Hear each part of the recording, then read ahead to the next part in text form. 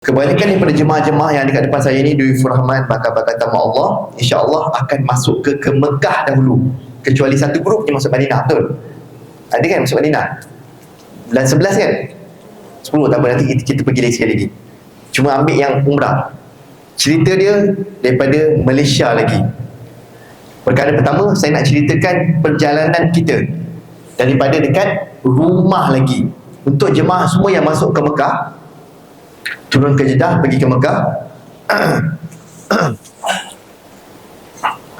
dekat mana nak mandi. Okay, sunnah Nabi kita sallallahu alaihi wasallam, baginda sallallahu alaihi wasallam mandi dekat waktu di Bina Ali. Tapi kita dekat Malaysia, jadi nak kat mana nak mandi? Sunnah membersihkan diri sebelum mengerjakan umrah dengan cara mandi. Mandi, ketip kuku, potonglah mana-mana bulu-bulu yang sepatutnya dipotong, kan? Ketip kuku, jangan lupa ketip kuku kaki sekali. Ramai di kalangan orang kita jarang kutip kaki, dia ketip tangan je. Yang kaki waktu solat nampak panjang, jadi ketip atas dan juga bawah. Boleh bersihkan dah semua benda yang sepatutnya dibersihkan dan sebagainya. Dekat mana? Dekat rumah lagi. Kenapa dekat rumah? Takkan nak buat dekat KLIA. Okey, buat dekat rumah lagi. Jangan buat dekat KLIA, ataupun mungkin yang jauh, yang daripada Kuantan, daripada Johor, daripada Ipoh, kan? Macam jauh sangat kan? Mungkin dia boleh mandi dekat Dengkil, ataupun mandi dekat masjid KLIA tu.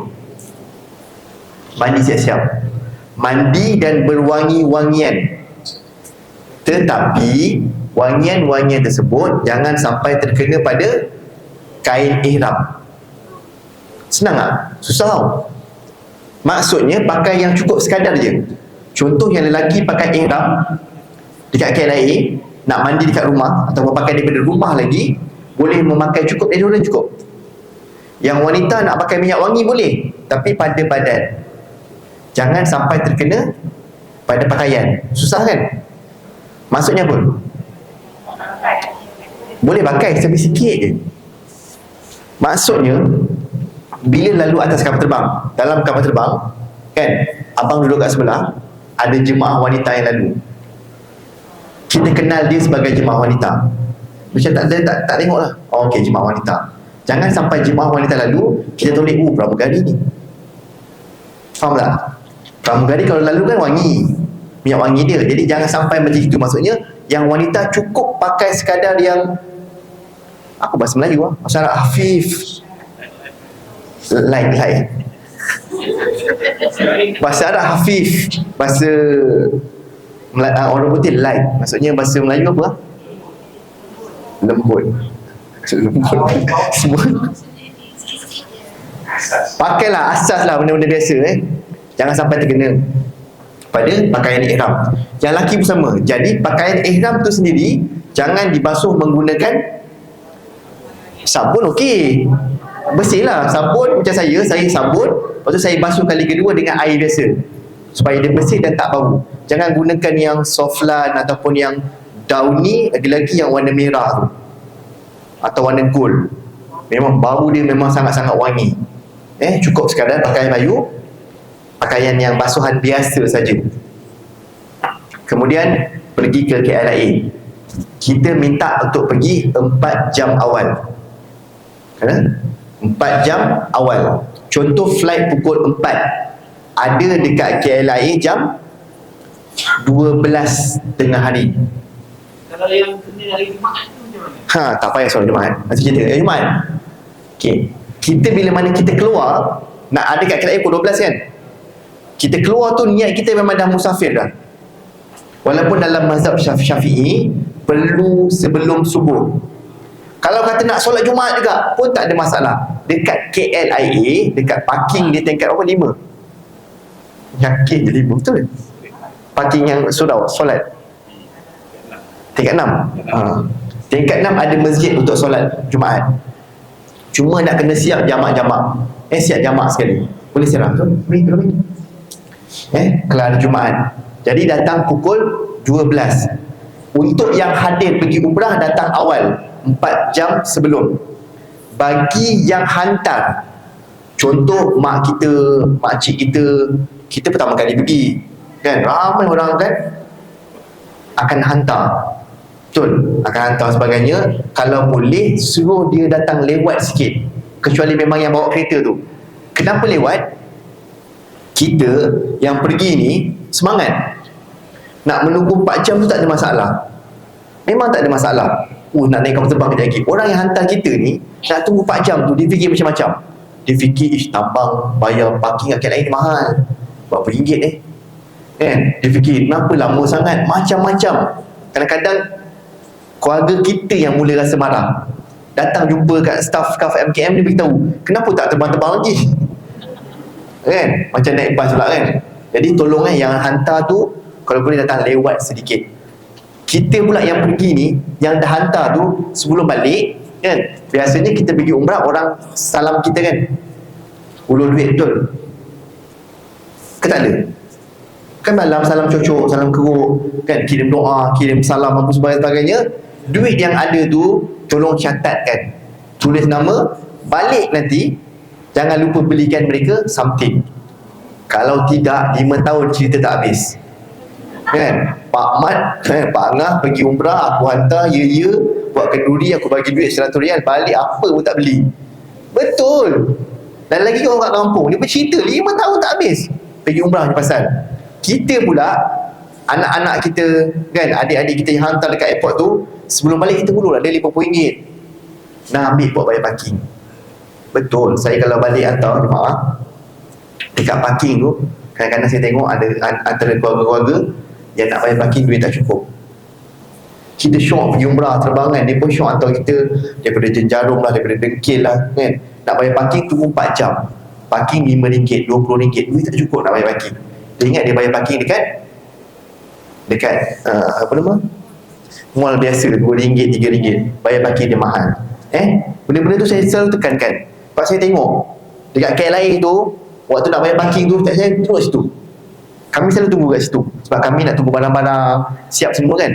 Ramai orang-orang yang hantar jemaah umrah nak balik bayar parking, duit tak cukup, ataupun tak ada duit kecil. Ada, betul. Boleh? Okey. Sampai kat lain 4 jam sebelum, kita pun duduk, harap bersabar, tenang. Kita akan uruskan beg masing-masing, seorang demi seorang. Tak macam dulu ikut kumpulan. Sekarang seorang demi seorang akan masuk, berantung, masukkan beg, cek pasport dan sebagainya.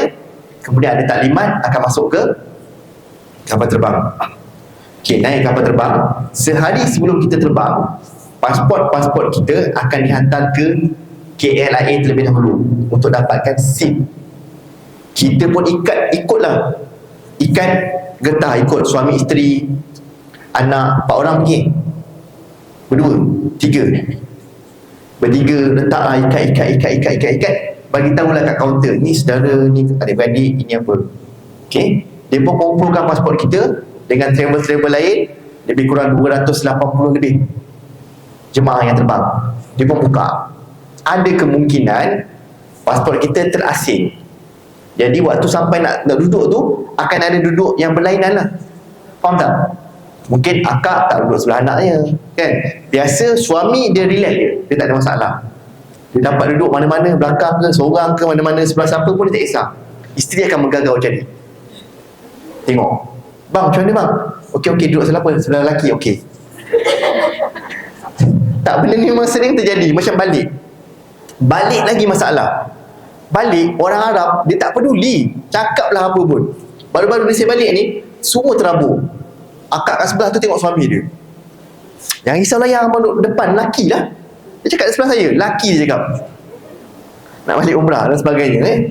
Laki dia biasa relax, dia tak kisah duduk sebelah siapa pun. Ada sebelah cakap, sebelah perempuan, nenek lah, tak apa. Tapi sebenarnya boleh tukar suka sama suka waktu dekat penerbangan nanti. Cuma pergi ni okey sikit sebab kita berurusan dengan orang Melayu kita. InsyaAllah tak ada masalah. Dan kita pergi ni semua mengerjakan umrah, kerana boleh tukar suka sama suka. Tapi kita daripada awal memang dah letak dah priority untuk suami isteri, untuk siapa dan sebagainya. Boleh naik kapal terbang. Naik kapal terbang, pastikan duduk selesa. Yang lelaki dah naik, kalau boleh dah pakai ihram sekurang-kurangnya bawah. kain saja. Yang atas tak perlu. Sebab sejuk. Nanti atas kat mana nak tukar? Sebelum sampai Qarnul Manazil. Lebih kurang 15 minit sebelum sampai. Yang perempuan pakai pakaian biasa saja. Tak perlu pakai apa nama? Telekung dulu dan sebagainya, tak perlu. Pakai pakaian biasa saja, yang penting cukup menutup aurat. Cukup tu saja. Boleh Duduklah kapal terbang. Ingatkan makcik-makcik boleh sandar di belakang. Ramai makcik-makcik bila dah tegak terbang ke atas tu tak pandai sandar. Duduk dia 8 jam. Penat tu, sakit pinggang. Mana maknya? Nanti tapi dia ada bawa mak ni, ajarlah ke belakang. Mana yang mak ni tak pergi bawa anak, kadang-kadang kesian tengok. Kan adik-adik ni tengoklah cerita TV, touch screen, tekan. Tengok cerita Melayu lah, dokumentari lah, baca Quran lah. Makcik ni jari tak boleh sentuh kan, tak boleh baca. Tolong buatkan dia. Satu lagi, penggunaan tandas. Selalu sangat, saya pernah dengar pun 2 atau 3 kali perempuan makcik-makcik ni menjerit. Sebab apa? Masuk tandas tak kunci. Sebab tandas ni kan susah. Tandas ni kan macam ada yang macam ni, ada yang macam ni, ada yang macam ni dan sebagainya. Kita, tandas kita inilah atau sebagainya. Bila masuk tu tak kunci, orang lain kat luar dia tengok warna hijau, dia tolak. Bila tolak, dia dengar orang jerit. Saya pernah dengar banyak kali perempuan menjerit, kan? Kalau lelaki tak kunci, saya tak risau, dia tak herannya. Betul tak? Kalau dia kencing ke apa, dia belakang dia pusing je. Hei, ada orang lah. Betul tak? Kalau perempuan dia akan menjerit. Jadi tolonglah kunci. Kalau tak pandai pun, macam saya, kalau tak pandai saya bawa mak saya tak nampak, saya akan pimpin dia, saya akan tunggu dekat depan tandas. Beritahulah ada orang sebagainya. Naik kapal terbang lebih kurang 8 jam. Lama tau 8 jam. 8 jam ni lama lah. Bayangkan 8 jam tak ada berhenti. Dia tak ada berhenti lah, straight kan. 8 jam ni ada 2 kali makan, boleh tidur dan sebagainya. Cuma pakailah stokin sebelum nak berihram tu, sebelum nak sampai Qarnul Manazil. Sejuk, pakai yang sepatutnya. Pakcik-pakcik ni yang dah berumur, dah berusia kan, pakai. Kadang-kadang kesian tengok anak-anaknya tak gunakan, tak bagi baju sejuk dan sebagainya. Sejuk je. Boleh je Okey, sampai 15 minit sebelum Qarnul Manazil. Okey, 15 minit ataupun 20 minit sebelum sampai ke Jeddah. Lebih kurang tau, dia akan maklumkan. Malaysia Airlines dia akan ingatkan saya 3 kali. 3 kali. Bab solat, bab apa nanti Mutawif akan terangkan waktu nak terbang nanti. Sebab dia berbeza-beza lah waktu. Lebih kurang 15 minit sebelum sampai ke Jeddah, kita akan melalui Qarnul Manazil nombor 4 tu. Qarnul Manazil mana? Nombor 4, lebih kurang 75 km sampai ke Mekah. Okey. Nabi kita SAW telah bagi tahulah orang yang datang daripada Yaman mesti melalui Ya Lamlam. Orang yang datang daripada Iraq mesti melalui Zatul Iraqi. Bermikot di situ. Orang yang datang orang yang datang daripada belah kita ni akan bermikot di Qarnul Manazil. Jadi kat situ kita akan mula niat dan juga bermikot. Pastikan sebelum sampai situ yang lelaki semua dah memakai pakaian ihram. Betul ni? Pakaian ihram 2 helai saja tadi. Patah balik. Tak patah balik tadi. 2 helai saja. Ridak dan juga izar. Kain dan juga ridak yang menutup atas. Tanpa ada pakaian dalam. Boleh? Lelaki semua boleh? Tak ada yang tak boleh? Try. Ada orang tak boleh. Ada yang mamu kat sini. Tak ada mamu Tengok check balik ada biasa orang mamu ni, orang Penang mamu ni, dia tanya saya boleh tak pakai seluar dalam. Nak pakai juga, tak tahu kenapa. Sekarang ni ada seluar dalam mesra umrah, tahu tak? Tengok sini. Dia macam cawat tu kan, zaman mak-mak pakaikan anak tu kan. Ikut hukum dia memang boleh, sebab dia tak menjahit, tak berjahit.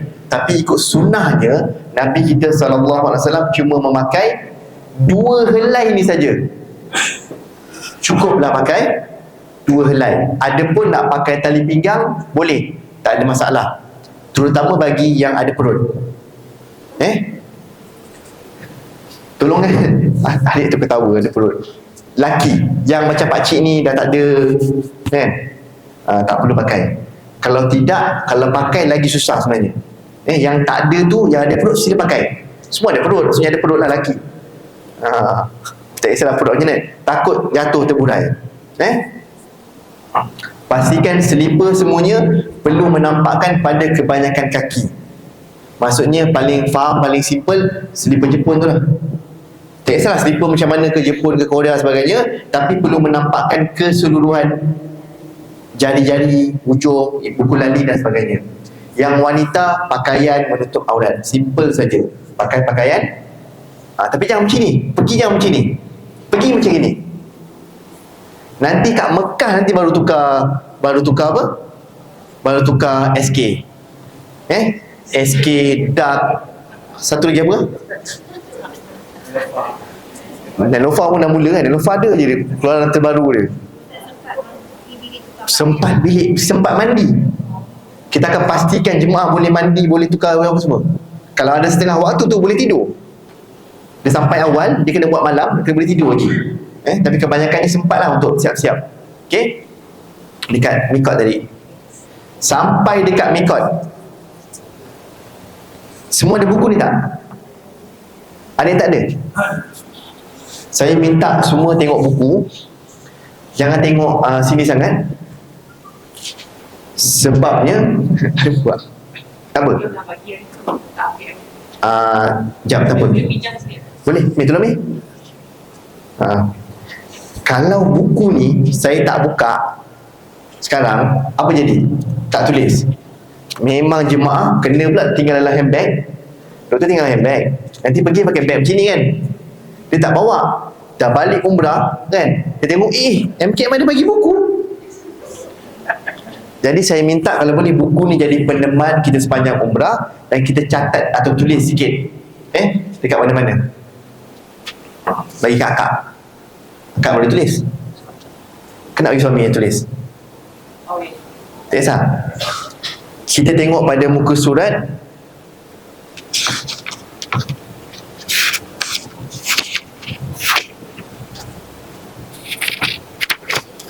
Muka surat 14. Niat umrah. Muka surat 14. Dekat Qarnul Manazil tu nanti, tak apa, abang tengok sini sama juga, lebih kurang je. Cuma buku ni supaya adalah kesan buka tutup tu, kesan gosok kan. Kalau budak-budak macam adik ni yang umur 18 ni kan, belajar kan, belajar kat mana adik? Matrik. Matrik budak pandai saya kan. Dia adalah catat dia, ada apa nama, warna merah, warna biru, warna hijau, tulis kat situ kan. Okey, muka surat 14 ni kita baca labbaikal umrah ataupun labbaika Allahumma umrah. Berniat dekat mana? Atas kapal terbang. Bawah tu Qarnul Manazil. Sebenarnya kita berniat dekat Qarnul Manazil, bukan atas kapal terbang. Sebab oleh kerana tak bolehlah kapal terbang tu nak berhenti ke bawah, kita berniat atas kapal terbang dekat Qarnul Manazil. Niat pertama tak perlu dalam keadaan suci, tak perlu dalam keadaan berwuduk. Tak kisah, kalau ada perempuan yang dalam haid pun boleh berniat. Kemudian nanti dah kering, dah bersih baru melakukan umrah. Yang lelaki apatah lagi tak suci pun tak ada masalah. Maksudnya tiba-tiba kita pergi tandas kan, air dah buang, tak ada air pula nak basuh dan sebagainya, tak suci. Memang kita yakin tak suci. Biasa jarang yakin tak suci, biasa yakin suci. Okey, kita berniat Allahumma labbaikal umrah ataupun labbaika Allahumma umrah, labbaikal umrah. Aku sahut panggilan umrahmu ya Allah. Kemudian kita niat dengan niat bersyarat. Fa'in habasani habisun famahidin haitsu habastani. Niat sekali dengan niat bersyarat. Terutama bagi kaum wanita. Takut-takutlah waktu niat tu suci bersih, sampai kat bawah tiba-tiba haid. Yang wanita daripada hari ni lagi boleh cek dia punya jadual kitaran apa? Haid haid dia. Jika perlu ambil ubat, boleh tak ambil ubat. Jika tak perlu, boleh rujuk pada doktor yang ada kat depan ni. Bagus tak bagus tu ambil ubat sebenarnya?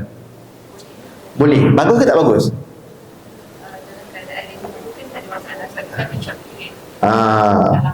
Kecuali macam makcik-makcik belakang jangan ambil ubat. Boleh Betul, ada makcik-makcik ni dia trend tau. Semua ambil ubat, anak-anak pun ambil ubat. Aku pun nak try satu. Jangan ada kes. Dia tak ngadu kat saya lah. Tapi waktu tu jemaah tak ingat. Makcik tu dia memang dah tak ada head. Dah tak ada haid, dah putus sebagainya. Tiba-tiba dia makan, keluar. Wallah sakit. Tak tahu lah kenapa kan. Doktor tahulah kot. Kan? Jadi tolong check. Kalau kata memang kita haid kita memang 1 hari bulan, kita pergi 16, memang orang kata jarang, tak pula kita mengambil ubat tersebut. Boleh? Kita pun niat bersyarat. Yang lelaki pun kena niat bersyarat. Takut-takut sampai kat Mekah, sampai kat Jeddah, tiba-tiba terperanjat tengok, wah, pingsan, masuk hospital, sampai balik. Kan? Tengok-tengok terpukau. Jeddah sekarang tak macam dulu tau. Jeddah sekarang kalau kat tepi pantai dah macam Dubai. Kan? Jeddah sekarang tahu Neymar, Benzema semua dekat Jeddah sekarang. Saya baru balik ni, lalu stadium dia tengah berlawan. Kan?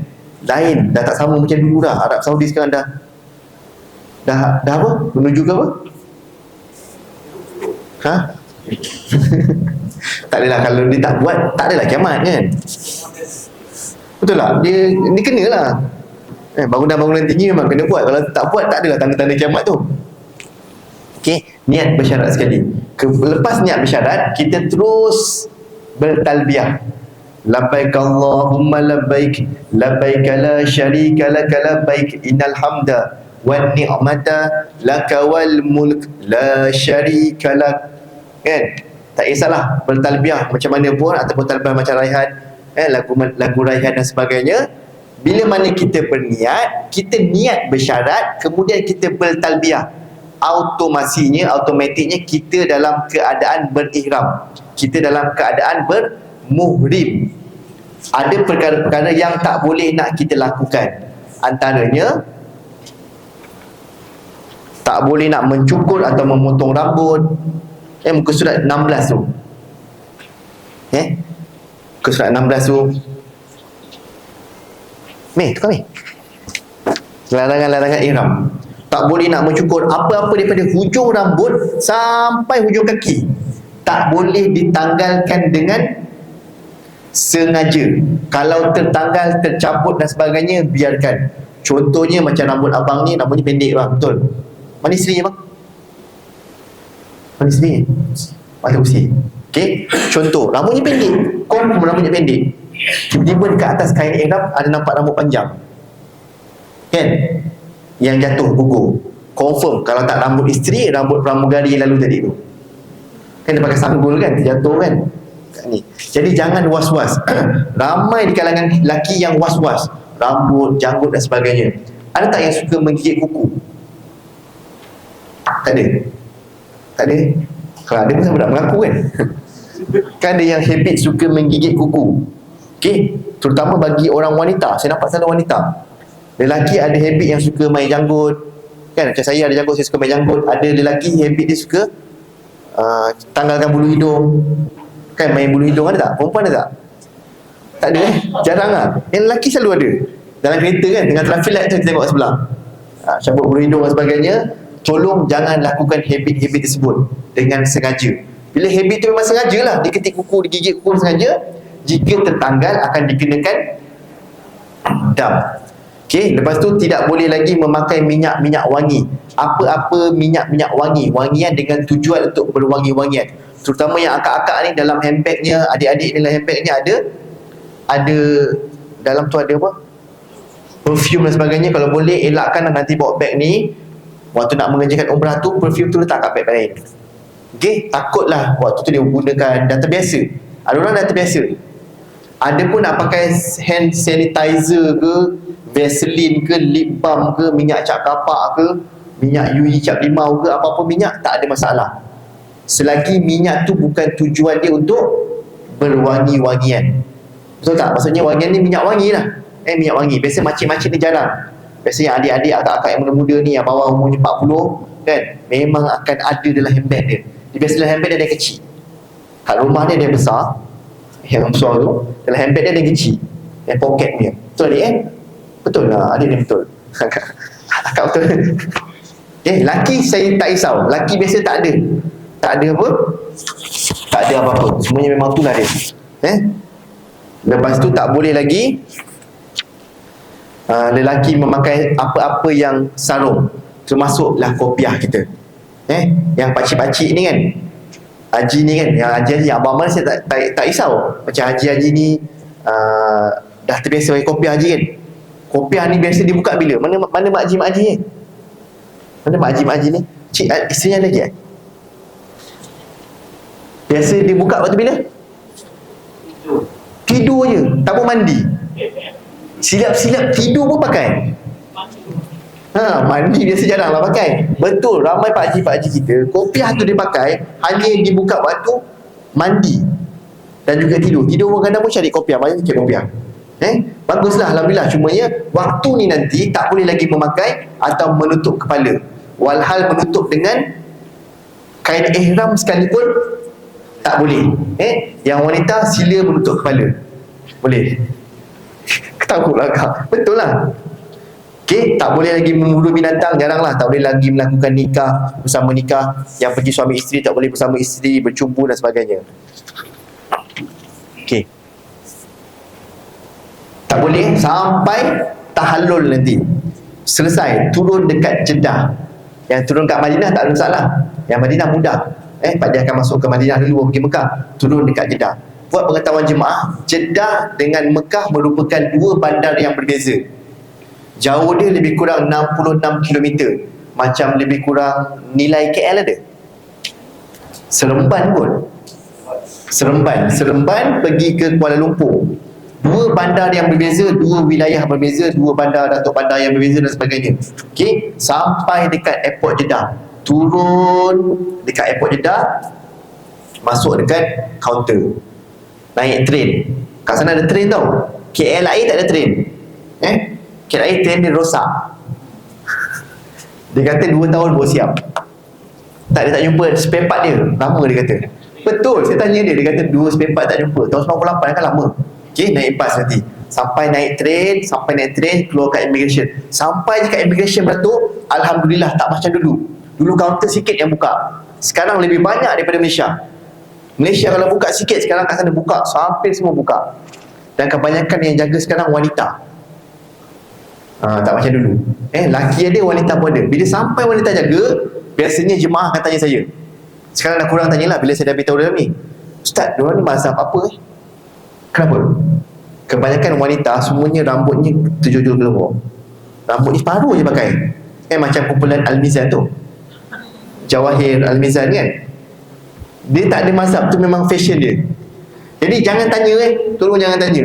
Dia akan tanya saya mazhab apa sebagainya kan. Tak ada, ikut je. Beratur ikut turutan. Beratur masuk pasport seorang demi seorang. Yang anak-anak kecil bawalah, dukung dan sebagainya. Yang makcik-makcik mungkin ada masalah, uzur, lambat dan sebagainya. Yang lain tolong sabar. Masuk selesai, keluar ambil beg. Keluar saja ambil beg. Sampai kat luar akan ada petugas kita. Akan ada petugas MKM dekat sana. Biasanya orang Patani lah. Tak apa, telefon dulu. Orang Thailand Patani yang boleh berbahasa Melayu, dia akan ambil kita bersama dengan mutawif kita. Dia sampai saja menunggu bas. Sementara nak menunggu jemaah lain tu, dekat tepi kita ada akuarium. Akuarium yang paling besar dalam airport dekat dunia ni. Ada ikan pari, ada ikan jerung. Ambil masa untuk ambil gambar. Viral, ambil je gambar.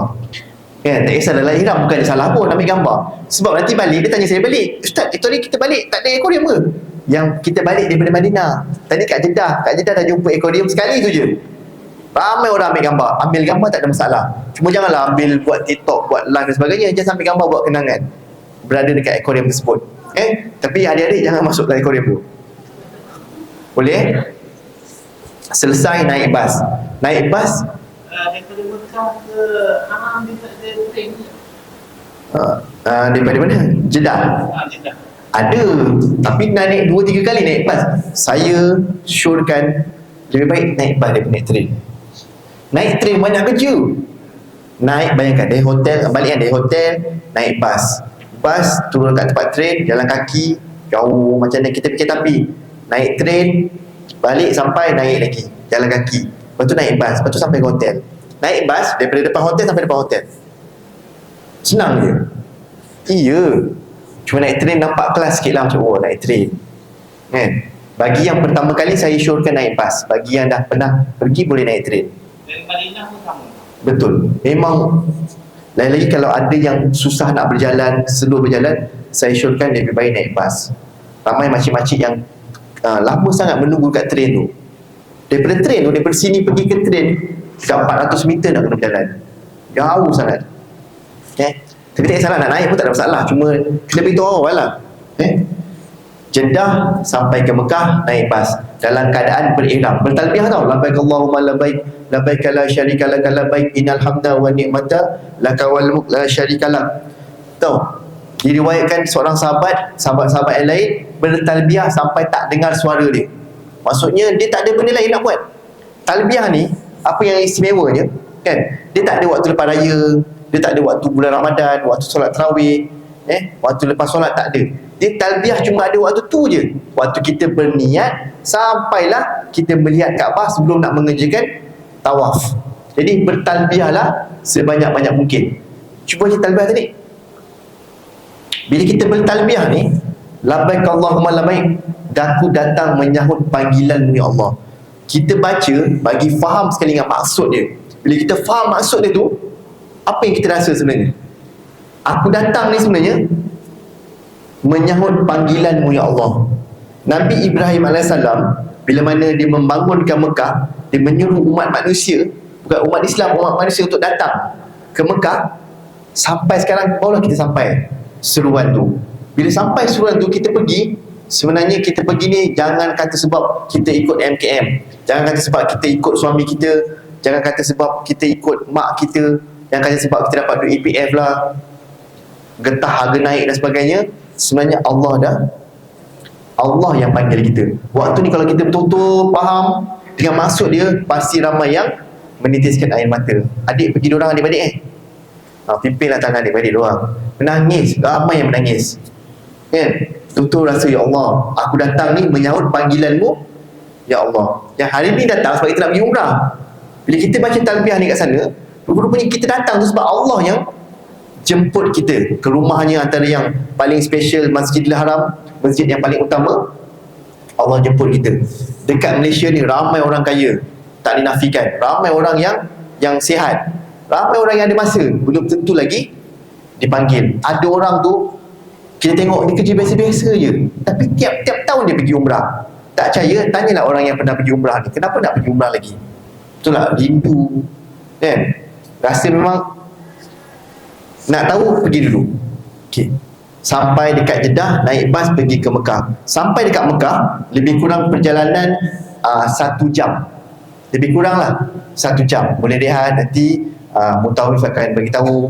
Ada jadual Mutawif tak? Ada jadual Mutawif. Siapa bawa 23? Siapa yang pergi September 30? Siapa yang bawa? Ustaz Azri? Tak. Pasal ingat Mutawif kita ada berbeza-beza karakter lah. Ada yang muda, ada yang tua kan? Ada yang banyak cakap, ada yang suka menyanyi. Tapi semuanya sama, biasalah semuanya sama lah maksudnya, cuma ada beza-beza. Macam ni 16 September Ustaz Zainuri, dia suka bercakap, dia suka naik Jabal Nur, semua tempat dia pergi.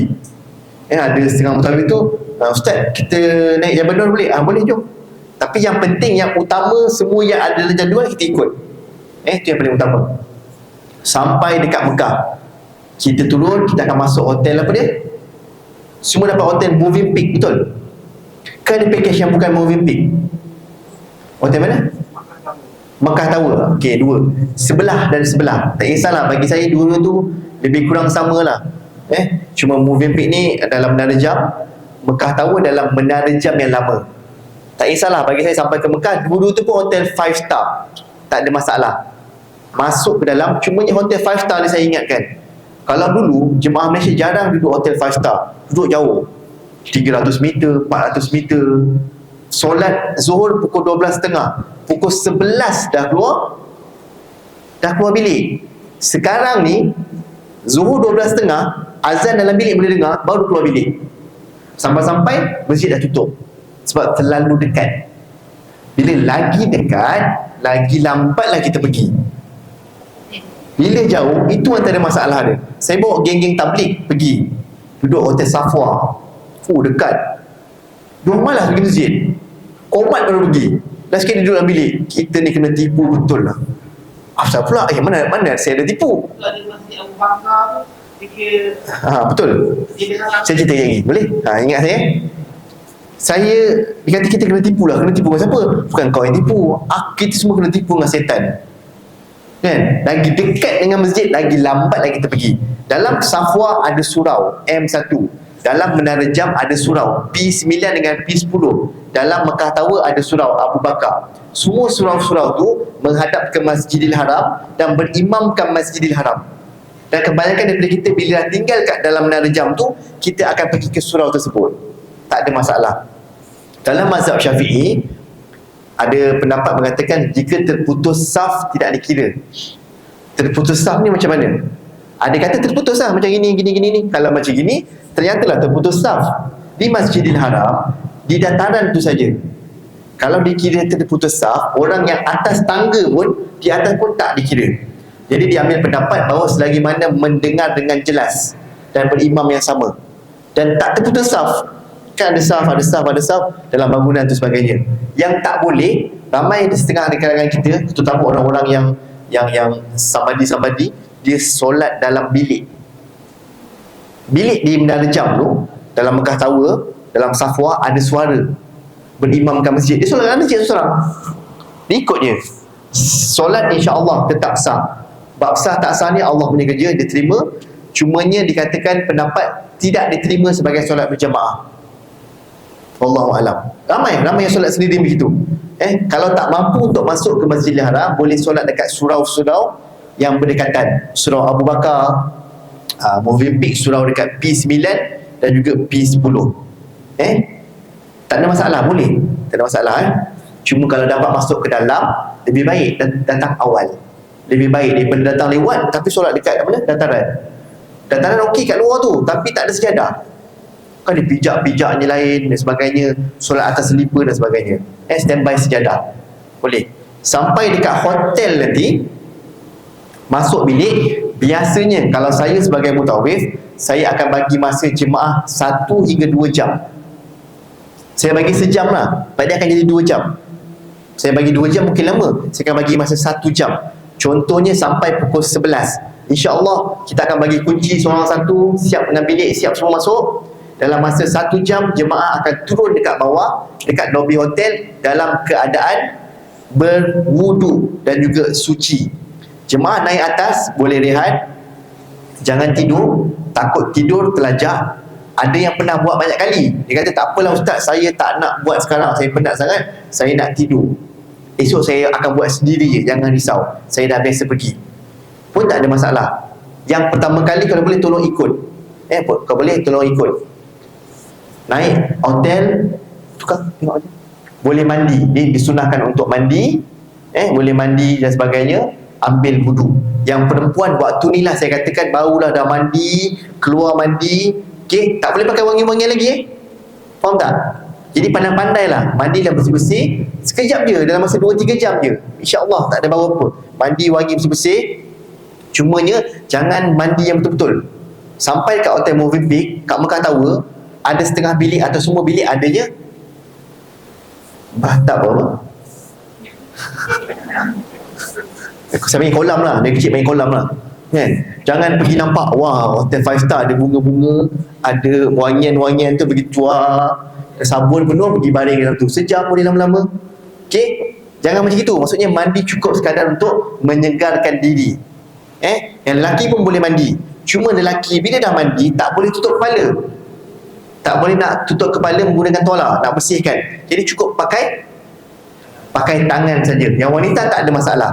Lepas tu dah keluar tu pakailah. Macam saya sendiri, saya suka pakai ihram yang baru. Sebab saya risau dalam kapal terbang terkena najis sebagainya. Tanda dalam kapal terbang kan kecil, kan? Tak nampak najis sebagainya. Saya gunakan ihram yang baru yang khas. Yang wanita waktu ni dah nak gunakan Siti Khadijah, gunakan dark to dark, kan? Tak kisahlah yang beli dekat KLCC ke, yang beli dekat Vietnam ke, sama je. Tak kisah mana-mana, sama je. Waktu ni lah nak bercantik-cantik kerana Allah SWT. Tolong, tapi jangan pakai yang betul-betul macam orang Indonesia tu, pakai yang tak tahulah kan. Selanjutnya kalau pakai tu nampak kita memang kita lah, bukan siapa-siapa. Okay, lelaki boleh pakai kain ihram yang baru kalau ada. Sekiranya tak ada, yakin bersih, tak ada masalah. Biasa bacik-bacik ni okey je kan. Mungkin muda-muda ni mungkin nak tukar yang baru, silakan pakai yang baru, tak ada masalah. Sampai kat bawah kita akan turun dekat lobi, mutawif akan bimbing kita bersama-sama. Jom, kita masih lagi bertalbiyah, kita nak masuk ke Masjidil Haram. Nak masuk ke Masjidil Haram, pastikan lelaki dah membuka bahu belah kanan, beritibak mengikut sunnah Nabi kita sallallahu alaihi wasallam, membuka bahu belah kanan. Boleh lelaki kalau ada yang ada parut ataupun ada yang ada tatu, ada yang BCG dia besar kan, contohlah, malu tak boleh, kata tak boleh, nak tutup pun tak ada masalah. Ikut sunnahnya hendaklah buka. Kalau ada tatu boleh buka, tapi dengan tujuan untuk memang nak ikut sunnah, bukan nak menunjuk-nunjuk. Ramai sekarang ni orang pergi sana, ramai ada tatu naga, tatu apa tu kat TikTok, macam-macam tatu, tapi macam sengaja nak tunjuk-tunjuk. Kalau ada pun tak ada masalah untuk menutup kita punya bahu. Okey, masuk ke masjid, sunnahnya membaca doa Allah maftali abwaba rahmatik. Bagi salam, assalamualaikum, masuk baca doa. Masuk saja ke masjid, Masjidil Haram. Nanti MKM akan bagi beg kan, ada beg, ada kasut kan.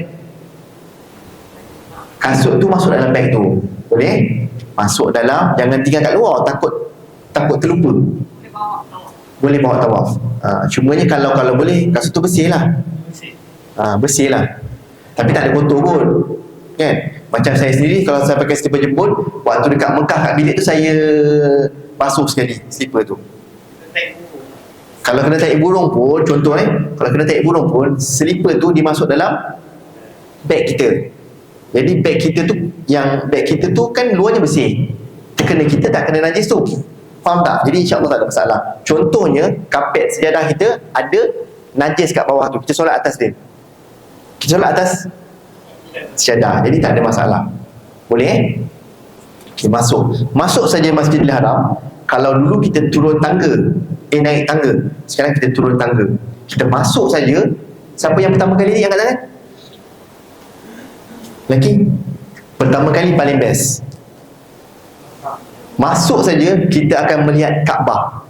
Buat pertama kalinya seumur hidup kita, yang kita tengok replika, yang kita tengok gambar, yang kita ngadap 40 tahun hari-hari kan, memang tak sama dengan yang pertama kali kita lihat. Kita lihat Kaabah pertama kali tu, itulah benda yang paling best pernah saya rasa seumur hidup saya. Tak percaya, tanyalah yang pernah pergi ni. Tanyalah. Dia punya rasa tu tak tahu nak cakap macam mana macam betul lah doktor kan? Betul lah kak tak tahu nak cakap. Ada yang sujud syukur, ada yang menangis, ada jemaah saya yang ketawa tu dia nangis. Saya tak boleh lupa dia.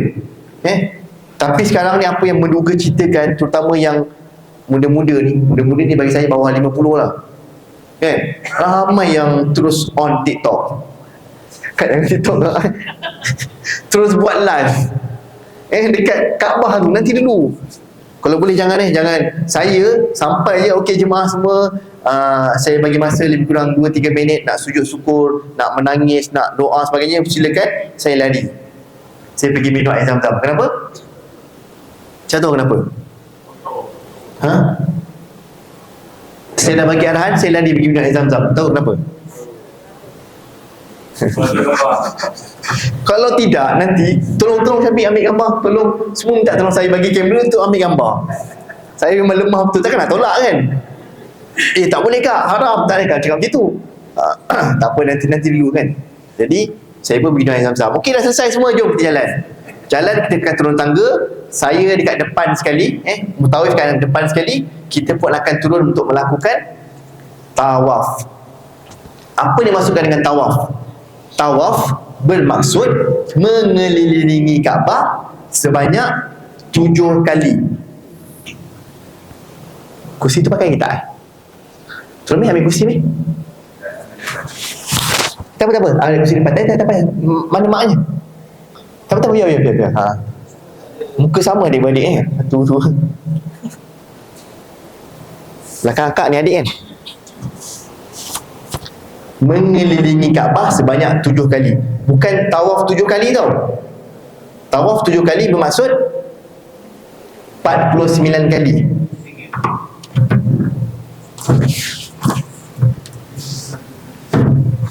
Tawaf bermaksud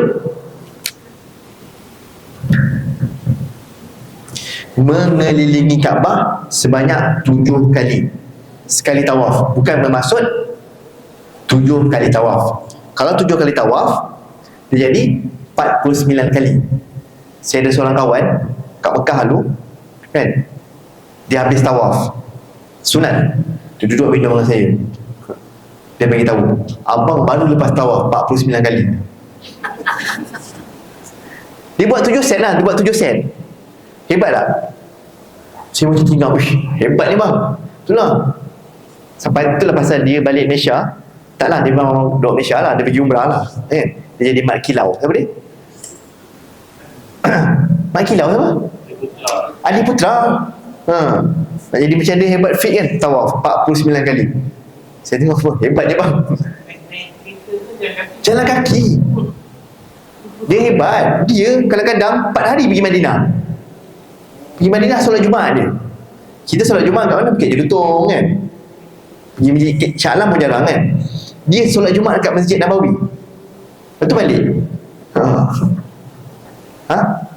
Adi Putra. Datuk Adi Putra tu kadang pergi Madinah 4 hari balik. Hebatnya dia. Itulah, kalau ada duit, ada rezeki kan, buat begitu. Tambah lagi rezeki. Fikir banyak kali kan, tekad banget. Okey, selesai. Turun, kita akan mulakan tawaf kita pada penjuru Hajar Aswad. Ini rukun Yamani. Rukun Iraki, rukun Syami ni mungkin tak perlu lah kot. Bukan tak perlu tahu, cukup sekadar tahu. Yang paling penting rukun Yamani, rukun Hajar Aswad. Kita akan datang daripada sana, hotel kita. Turun. Sunnah Nabi kita SAW, pada 3 pusingan pertama, baginda berlari-lari anak, okey, dan berjalan kaki pada 4 pusingan. Tapi kita buat secara beramai-ramai. Ada yang dah tua, ada yang muda, ada yang kursi roda, ada yang berjalan kaki dan sebagainya. Kita berjalan saja pada 7 pusingan. Turun saja daripada rukun Hajar Aswad ke hujung tu akan ada lampu-lampu hijau. Okey, sebagai tanda kita. Mutawif kat depan sekali. Bila mutawif kat depan sekali,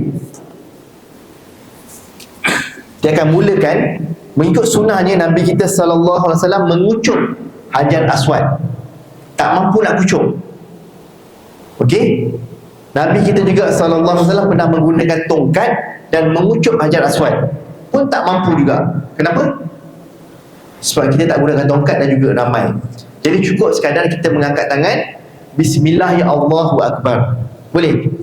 Rukun Hajar Aswad, Bismillah ya Allahu Akbar. Jemaah kat belakang saya, yang belakang lagi tak sampai lagi. Bila tak sampai lagi, tak perlu nak mengangkat tangan. Cukup sekadar jalan dulu sampai baru kita angkat tangan. Bismillah Allahu Akbar. Ada yang angkat 2 tangan, ada yang angkat 1 tangan, ada yang angkat tangan Bismillah Allahu Akbar, ada yang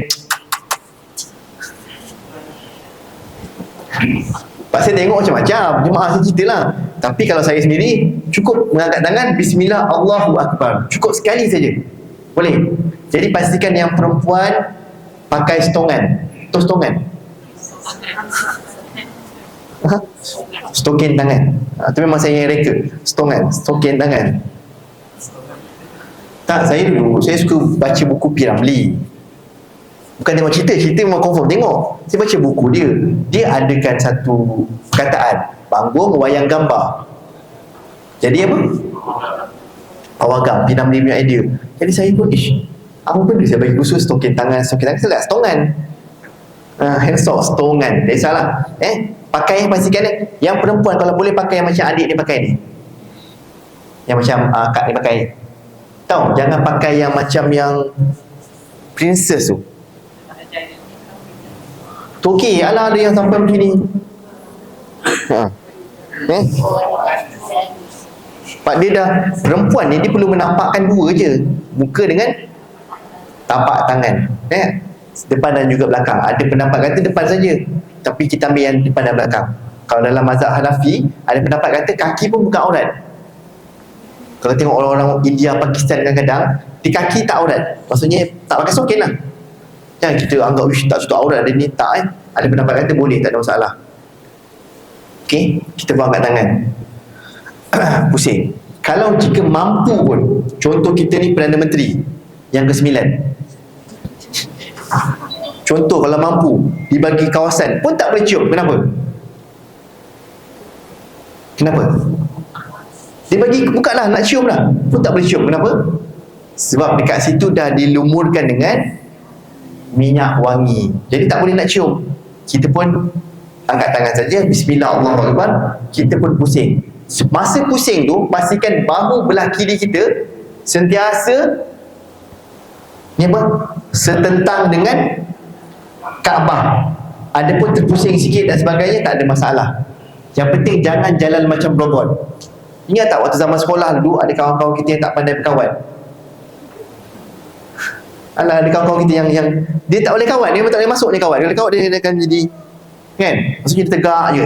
Maksud yang tak boleh lari ni, dia tak boleh 360 darjah. Dia tak boleh pusing ke belakang, ke depan dan sebagainya.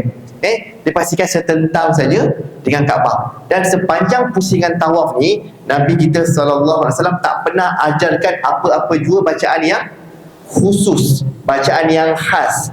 Bacalah apa saja pun, tak kisahlah nak berzikir, nak berdoa, nak membaca Al-Fatihah, nak membaca Al-Quran, nak berdoa untuk ayah kita, arwah ibu kita sebagainya, tak ada masalah, silakan. Kecuali sampai kat sini, rukun yang mana Nabi kita ajarkan bacaan yang khas, iaitu surah Al-Baqarah ayat 201 yang saya kirakan semua hafal. Rabbana atina fid dunya hasanah wa fil akhirati hasanah wa qina azabannar. Kalau ramai, kadang-kadang boleh baca sampai 7 kali, 10 kali. Kalau tak ramai, kadang-kadang boleh baca sampai 2-3 kali je. Tengok, tergantung pada keadaan. Sampai dekat Hajar Aswad, perkara yang sama kita buat. Bismillah, Allahu Akbar. Kemudian bacalah apa saja. Ada orang tergamam, terdiam. Ada setengah orang gunakan buku yang gantung tu. Ada orang dia beli zikir yang manik-manik tu. Perempuan lah, lelaki jarang. Zikir yang kat jari tu kan, tekan. Ada orang dia baca doa orang. Tak kisah apa saja, sampai dekat sini, Rabbana atina fid dunya hasanah wa fil akhirati hasanah wa qina azabannar. Sampai sana bismillah 7 kali dengan yakin.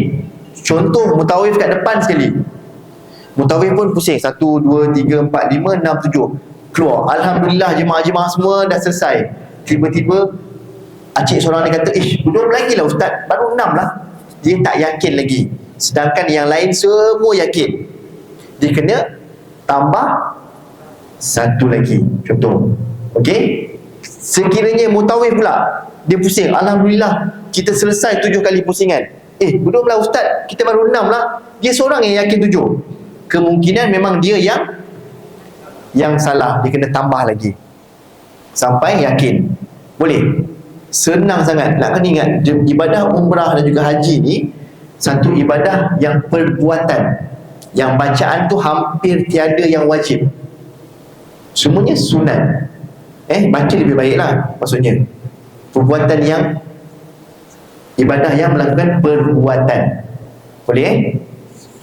Sekiranya 1, 2, 3 sampai kat sini, tiba-tiba terbatal wudu. Sebab dalam ibadah tawaf ni perlu ada, wajib ada wudu. Tiba-tiba terbatal wudu. Antara perkara yang membatalkan wudu apa dia? Terkentut. Bila terkentut, kena keluar, pergi ambil wudu. Contoh yang batal akad. Depan saja mangsa lah. Kak, mana suami kak? Seorang, pergi seorang. Siapa ikut? Mak, kawan. Ajak kawan dia teman pergi ambil wuduk, yang pergi seorang. Kan? Dia lah pertama kali. Kan? Pertama kali kan? Pakai spray pun nak kena ke tepi juga. Betul tak? Nak kena keluar. Ajak kawan dia, takut terlupa. Kan? Takut tak jumpa lagi lepas ni. Okey? Ajak kawan ambil wuduk kat tepi. Kemudian sambung balik sendiri dekat mana tempat dia batal. Ha? Dia kena buat. Tak, tempat yang dia batal tu. Mana nak ingat, kita dah pertama kali, tak pun dah lama tak pergi. Mana nak ingat kat situ ke situ sama je, hitam semua kan. Mungkin kita boleh undur ke belakang sikit. Faham? Pun tak ingat juga, pertama kali. Sama je semua. Kita mula balik dekat Hajar Aswad, tetapi dekat bilangan mana yang kita batal. Kalau 3-3 lah, kalau 4-4 boleh sambung balik. Nanti last kali Mutawi kakak ingatkan, sekiranya mana yang terlepas dan sebagainya, kita boleh tunggu dekat ujung sana atau ujung sana, tergantung pada Mutawi punya pada waktu ketika itu. Boleh? Contoh terbatal, wajib ada wudu. Ramai jemaah kita, dia malu nak keluar sebab dia terkentut. Kan? Jangan malu. Orang tak dengar bunyi kentut tu, keluar je. Kan? Orang tak dengar. Bila apa yang terjadi, dimaklumkan pada esok hari ataupun selepas selesai dah gunting rambut. Bila terjadi macam itu, habis dah. Betul tak? Dia dah melanggar pantang, dah gunting rambut dan sebagainya. Walaupun ada pendapat sebenarnya dalam Imam Ibn Taymiyah mengatakan tawaf ni tak perlu dalam keadaan berwudu. Kita boleh ambil juga pendapat tu. Tapi sebaik-baiknya ambil wudu. Wajib ambil wudu. Dalam mazhab Syafi'i, Maliki, Hanafi, Hambali, wajib ada wudu ketika tawaf. Sama seperti solat, betul. Ada soalan tak untuk tawaf saja?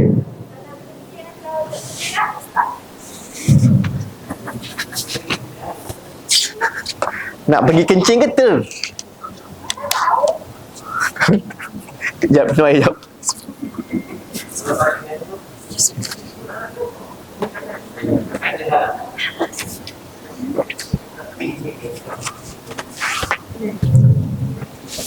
First time dapat soalan ni. Kalau nak kencing biasa dah. Nak kencing keluar pergi tandas. Kalau janganlah kalau boleh. Pening ter nanti terpijak orang lain apa semua, jadi kecoh, jadi tutup pagar apa semua kan. Saya tak pernah tengok lagi lah. Dekat sa'i saya pernah tengok ada lelaki pakcik tua terkencing. Sa'i tak apa, bukanlah boleh kencing, dia tak perlu dalam keadaan suci. Jadi saya panggil orang tu untuk bersihkan. Kalau boleh yang mana yang perlukan pampers, sila pakai pampers dan sebagainya. Tawaf sama seperti mengerjakan ibadah solat. Pendapat yang kuat mengatakan tawaf wajib dalam keadaan suci dan juga berwudu. Tapi ada pendapat yang kuat juga dalam Imam Ibn Taymiyah mengatakan tawaf tak perlu dalam keadaan berwudu. Jadi kita pun juga boleh ambil pendapat tu. Cuma pendapat tu tak boleh lah kita balik kita cerita kat semua orang. Kan pendapat tu mungkin kat Malaysia ni sangat-sangat asing, tapi biasa digunakan orang-orang di Arab Saudi sana. Boleh? Ada soalan tak? Tawaf saja. Ha? Macam mana kak? Masa bertawaf. Betul. Dia bawa masjid, makan breakfast. Kalau dia elok ataupun tolak nak solat. Kalau dia boleh jalan, jalanlah. Kalau tak boleh, next road dia naik apa? Ni budak kecil budak kecil tak apa. Tak, budak kecil sebaiknya dukung pun. Kalau naik stroller, dia tak boleh buat kat bawah, dia kena buat kat atas. Tak apa, macam saya bawa anak, saya baru ni bawa anak, saya pakaikan dia pampers, saya pakaikan dia seluar, saya pakaikan kain ihram. Kalau dia terkencing pun tak kena kita. Kita memanglah kalau najis memanglah menanggung najis, tapi tak terkena pada kita. Faham tak? Seolah-olah macam kita bawa beg ada najis kat belakang. Kan? Padahal kita bawa tawaf, tak ada masalah. Tapi janganlah bawa. Faham tak? Jadi cara terbaik pertama, anak kecil ni sebelum dia turun tu pastikan pampers yang baru digunakan. Sekiranya dia keluar air sekalipun tak terkena kita, insya-Allah tanpa pengetahuan kita. Jangan terlalu ambil berat nak tahu nak check mana ini kan. Kalau tidak pening tu, duit yang kita pakai tu duit kita dalam beg tu. Duit kita tu silap-silap semalam dekat kedai Cina. Silap-silap semalam kat kedai Seri Kembangan kat pasar. Pasar Cina yang ada jual daging khinzir. Nah, tu bagi kita. Kalau kita nak check duit tu ke mana, memang kita akan benda yang tak tahu, senang cerita memang kita tepikan. Yang kita tak pasti dan tak tahu. Okay, ada soalan tak tahu? Ya bang? Macam juga. Maknanya kita baru lepas usia 3 dah. Tak cukup untuk usia 3 tu.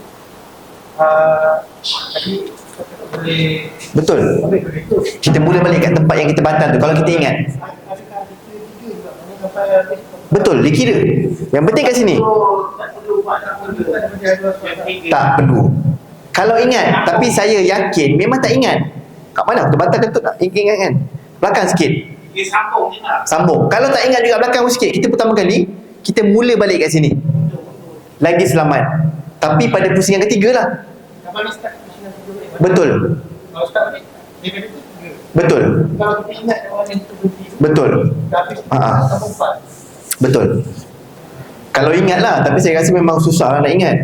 Pada nak agak-agak betul-betul kan? Kecuali memang dia yakin kan? Kalau tak yakin, lebih baik nak selamat mula daripada 3 balik. Buat semula. Tapi jangan daripada 1. 3 lah. Waktu tawaf, waktu dalam talbiah dalam ni, syaitan paling banyak bisik kan. Terkentut lah, teritulah, terinilah, dan macam-macam lagi kan.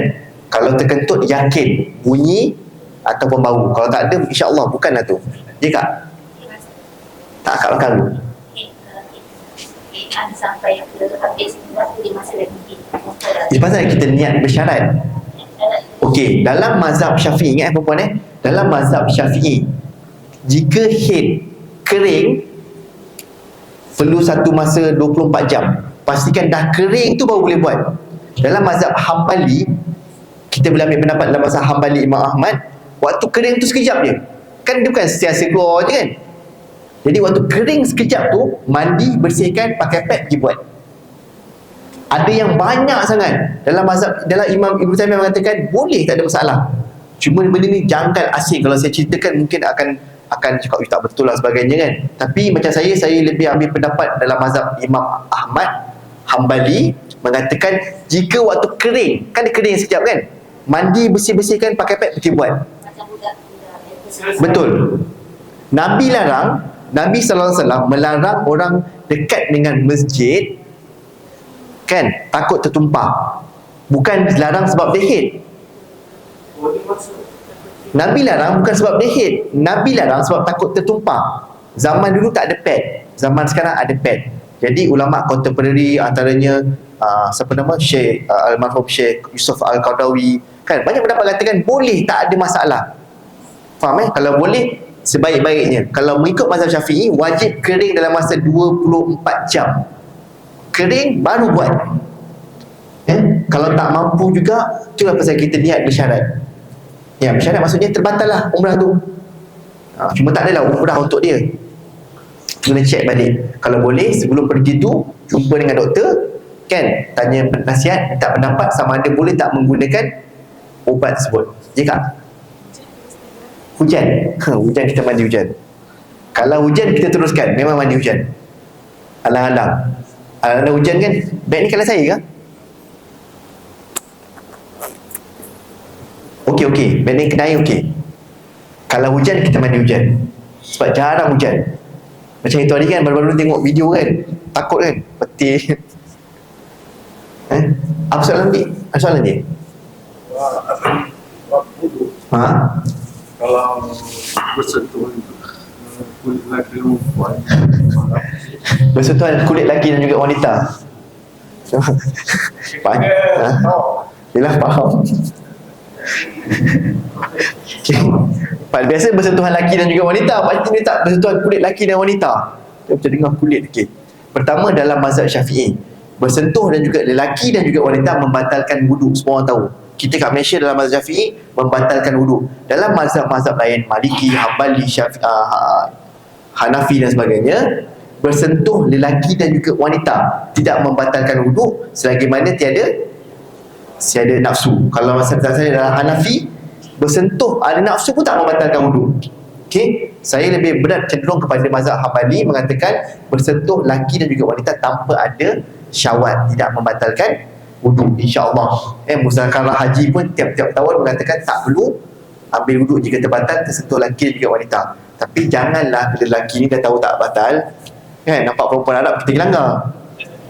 Tak batal. Kan, tak batal angkat tangan kan. Jangan boleh Yang wanita pun sama. Nampak lelaki Turki yang selesa dia pergi langgar. Jangan tak pakai kan, dia pakai sebelah tangan je kan. Nampak dia punya ni pergi langgar. Nak rasa keras ni nampak kan. Masa dia. Jangan. Makcik tak boleh. Boleh je InsyaAllah lah tak ada masalah bab tu. Okey. Kadang-kadang negara lain perempuan dia tak pakai sokin. Betul, macam saya cakap lah, dalam mazhab Hanafi memang kaki tu bukan aurat. Kita jangan cakap kita tu jahil dan sebagainya. Faham tak? Jadi tak aurat, bila tak aurat dia tak payah pakai sokin. Kan dia pakai inai je, penuh kaki dia inai. Merah je, kita pun terlanggar. Kena pula yang macam-macam kuku dia tajam kan. Sakit terlanggar ke belakang tu. Kita janganlah saya cakap pula Hanafi tak pakai sokin, kita pula esok start tak pakai sokin. Jangan boleh. Okey, selesai bab tawaf, habis saja tawaf, solat sunat 2 rakaat. Solat sunat tawaf 2 rakaat di belakang makam Ibrahim. Kat mana makam Ibrahim? Kat sini. Tak kisahlah kat belakang ni ke, kat sana ke, kat sana ke. Itu masalah tu Ustaz ni. Kita tengok TikTok kan. TikTok kan yang tarik-tarik tu kan. Yang letak pula Ustaz Abdullah Khairi kan, Ustaz nama besar. Kita pun dengar di sinilah kerajaan Saudi ni.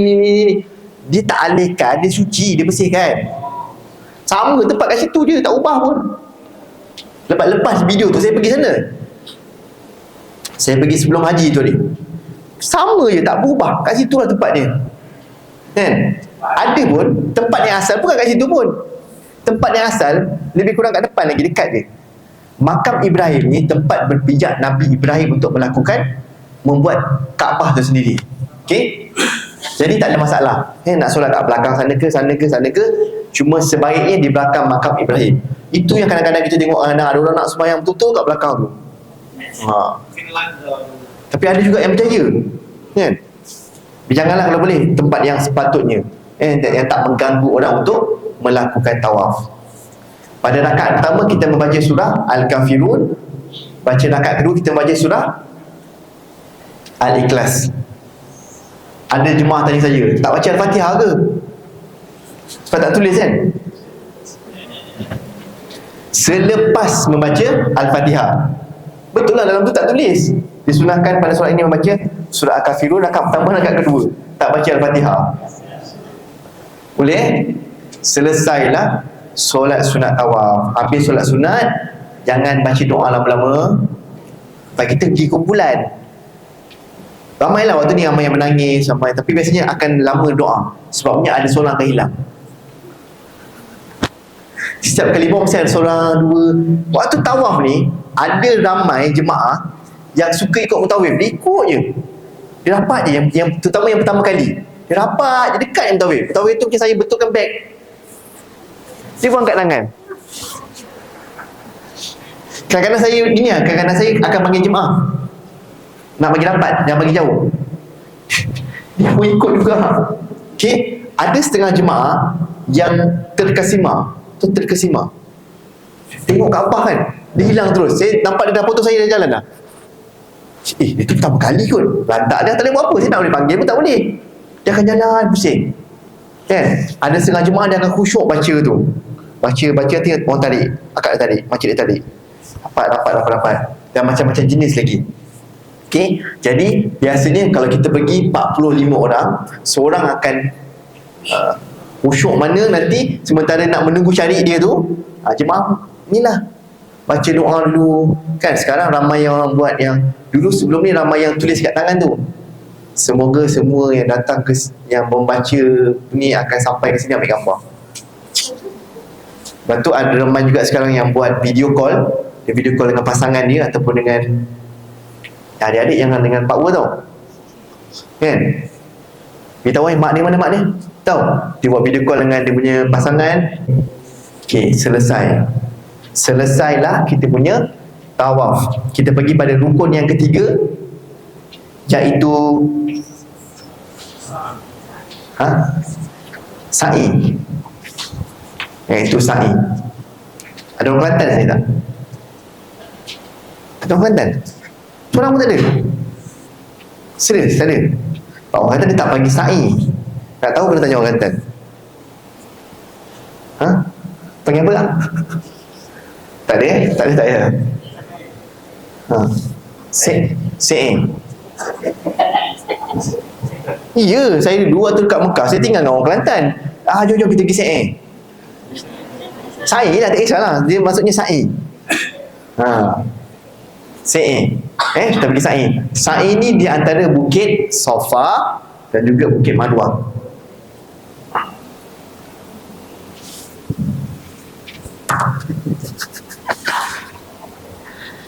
Okey, ni bukit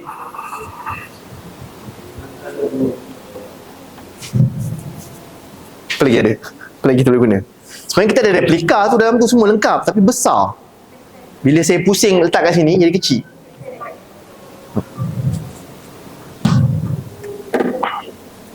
Saya cakap mulut je lah. Okey. Ini Bukit Safa, tiang ni, mic ni.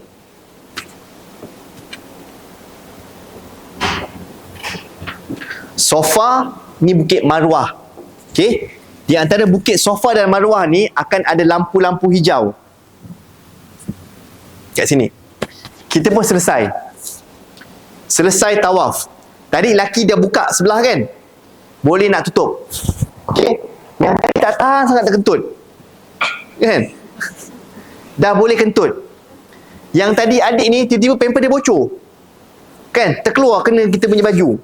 Pun tak ada masalah. Sa'i tak perlu dalam keadaan suci ataupun berwuduk.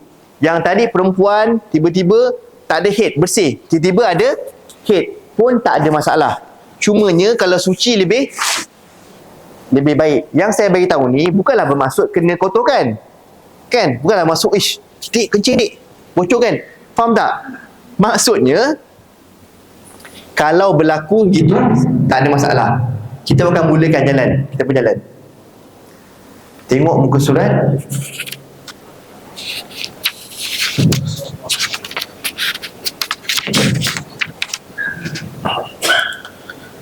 Muka surat 45. On the way pergi ke Sa'i, ke Bukit Safa, jangan dikira dulu. Ada yang pergi sana dah dikira jalan tu.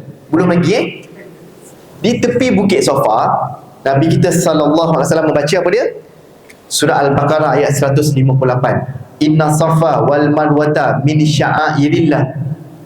Okey, sesungguhnya Safa dan Marwah adalah sebahagian daripada syiar-syiar Allah. Kemudian Nabi kita SAW naik ke Bukit Safa hingga dapat melihat Baitullah jika mampu. Sekarang insya-Allah dapat tengok. Menghadap kiblat, berzikir dengan membaca Allahu Akbar, Allahu Akbar, Allahu Akbar.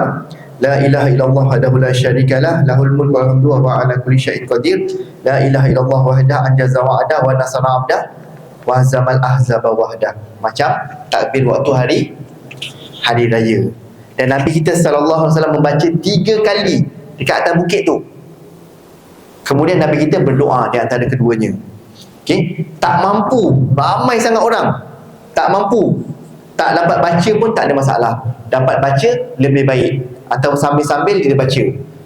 Di antara Bukit Safa ke Bukit Marwah, berjalan.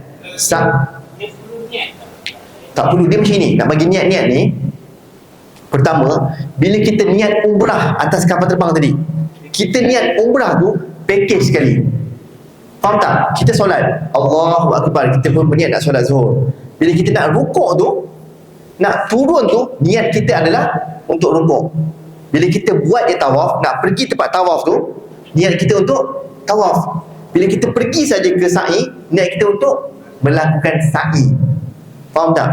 Adapun niat-niat macam ada setengah buku baca, tak ada masalah kalau nak baca. Tapi niat tu tempat dia kat hati. Betul. Sampai tandun. Bila kita niat saja umrah, umrah tu merangkumi niat, tawaf, sa'i dan juga tahallul. Merangkumi semua. Tak perlu lagi kita tambah dengan niat yang yang lain. Niat ni dalam hati. Bila kita turun saja tempat tawaf tu, kita pergi saja ke tempat sa'i ni, bermaksud kita nak buat dalam tu. Tak ada kata kita niat di tempat sa'i ni nak pergi minum air, tak ada. Memang nak melakukan sa'i. Kita pun jalan. Sepanjang jalan daripada Safa ke Marwah dikira satu. Sama juga tiada bacaan yang khusus. Nabi kita sallallahu alaihi wasallam tak pernah ajarkan apa-apa juga bacaan yang khusus. Bacalah apa saja. Nak baca, macam saya sendiri kadang-kadang saya istighfar, astagfirullah, astagfirullah sampailah habis. Tetapi sampai dekat lampu hijau ni, sampai kat lampu hijau ni disunahkan untuk berlari. Dia bukan berlari anak. Kalau ikutkan tengok orang Arab lari laju, dia bukan berlari laju. Dia macam bahasa Melayu apa walking, jogging, running. Yang jogging tu, faham tak? Yang jogging tu, dia bukan berlari anak, dia berlari. Ada riwayat mengatakan Nabi kita sallallahu alaihi wasallam berlari sampai melihat dia punya betis dia. Maksud menunjukkan bagi dia berlari dengan bersungguh-sungguh. Wallahu alam. Cumanya Sayyidina Umar radhiyallahu anhu mengatakan perempuan tak nampak sopan untuk berlari. Jadi perempuan tak perlu berlari. Walaupun pada asalnya siapa yang berlari tu? Siti Hajar. Hajar ibu kepada Nabi Ismail alaihissalam. Kalau kita perasan, ibadah umrah, ibadah haji ni semuanya kebanyakannya ibrah ataupun terkena dengan sirah-sirah Nabi Ibrahim alaihissalam, daripada dekat kota Mekah, daripada berlari, daripada sa'i, tawaf dan sebagainya. Jadi balik ni cuba cari buku-buku, baca balik sirah Nabi Ibrahim alaihissalam, macam mana keadaannya sampailah kita lakukan tahallul, yang pergi haji, yang melontar dan sebagainya. Kebanyakannya semua ada kaitan, kena-mengena. Bila mana Mekah je memang ada terkait dengan Nabi Ibrahim alaihissalam. 1, 2, 3, 4, 5, 6 dan juga 7. Dekat Bukit Sofa sampai kiamat pun tetap nombor genap. 2, 4, 6. Dekat Bukit Marwah 1, 3, 5, 7. Buat dengan yakin. Daripada Sofa ke Marwah lebih kurang 420 meter, hampir 3 kilometer. Jauh tau 3 kilometer kan? 3 kilometer sangat jauh untuk berjalan kaki. Naik kereta memang kejap kan? Daripada sini sampai dekat HAP University tu, tahu tak? Cuba jalan kaki, memang jauh. Jadi ramai, saya minta semua jemaah-jemaah daripada hari ni cuba exercise. Ramai pakcik-pakcik, minta maaf ada yang penyakit go out tu, ramai. Tak payah tu yang muda-muda, yang perempuan jarang kena. Kenapa perempuan jarang kena gaut lah? Jemaah saya lelaki kan kena gaut kan? Dia tak nak, saya kata tak apa cik, naik kursi roda. Dia tak nak jalan juga. Yang tak mampu berjalan boleh naik kursi roda. Yang tak mampu, yang dah tahu, boleh naik skuter. Okay? Nabi kita sallallahu alaihi wasallam mengerjakan tawaf dan juga sa'i pada haji yang terakhir, Hajjatul Wada, haji pertama dan juga terakhir, dengan menggunakan naik unta.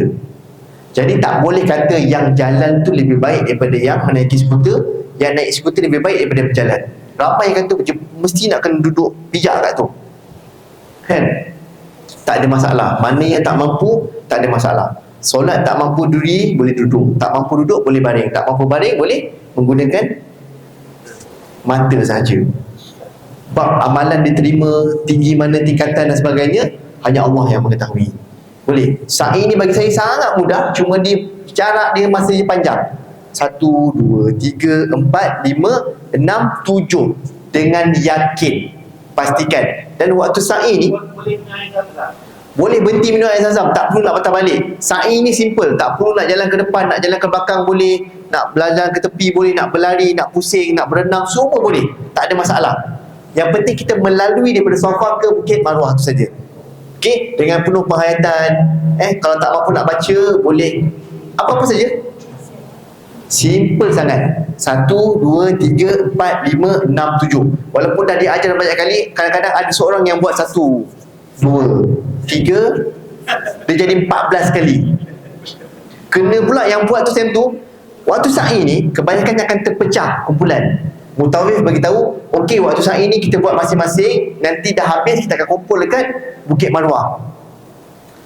Ada pula yang kumpulan-kumpulan kecil ni, dia buat begitu. Yang ajarnya pula cikgu. Takkan dia cikgu, takkan dia tak tahu. Kan? Tak kisahlah dia cikgu ke siapa ke, yang penting 1, 2, 3, 4, 5, 6, 7 dengan yakin. Kalau kita terpisah ke, kita terlari ke, tertinggal ke, pergi tandas sampai duduk masuk balik ke, ingat daripada sofa ke Marwah dikira 1, 3, 5, 7, 2, 4, 6. Boleh dengan yakin. Ada soalan tak? Senang sangat saat ini, cuma dia penat je sikit. Bagi yang sakit kaki, yang perempuan boleh pakai kasut kungfu tu, tahu tak? Ataupun kasut orang pergi snorkeling tu. Dia tak buat snorkeling, dia macam pijak tapak tu. Yang lelaki, mungkin yang sakit kaki, boleh beli slipper yang khas untuk sa'i saja ataupun untuk tawaf. Slipper tu bersih, tapi dia tak guna kat luar. Dia pakai untuk tawaf dengan sa'i saja. Lepas tu simpan lah. Yang penting dia bersih. Tak ramai di kalangan kita yang mungkin kaki dia pecah-pecah, pacik-pacik ni sakit dan sebagainya, boleh gunakan slipper, tak ada masalah. Tapi slipper tu jangan slipper yang campur dengan slipper luar tu lah. Ini pula boleh, tak ada masalah bang. Dia yang tak boleh ni pakaian kita. Adapun yang aksesori macam jam, cincin pun boleh. Cuma cincin tu tak ada yang ni. Saya pernah ada jemaah dia ada pakai cincin 10.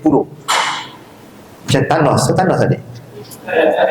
Saya nak tegur dia pun segan, tapi dia memang nampak lah dia macam ni lah, macam pakcik-pakcik yang ada ilmu sebagainya kan.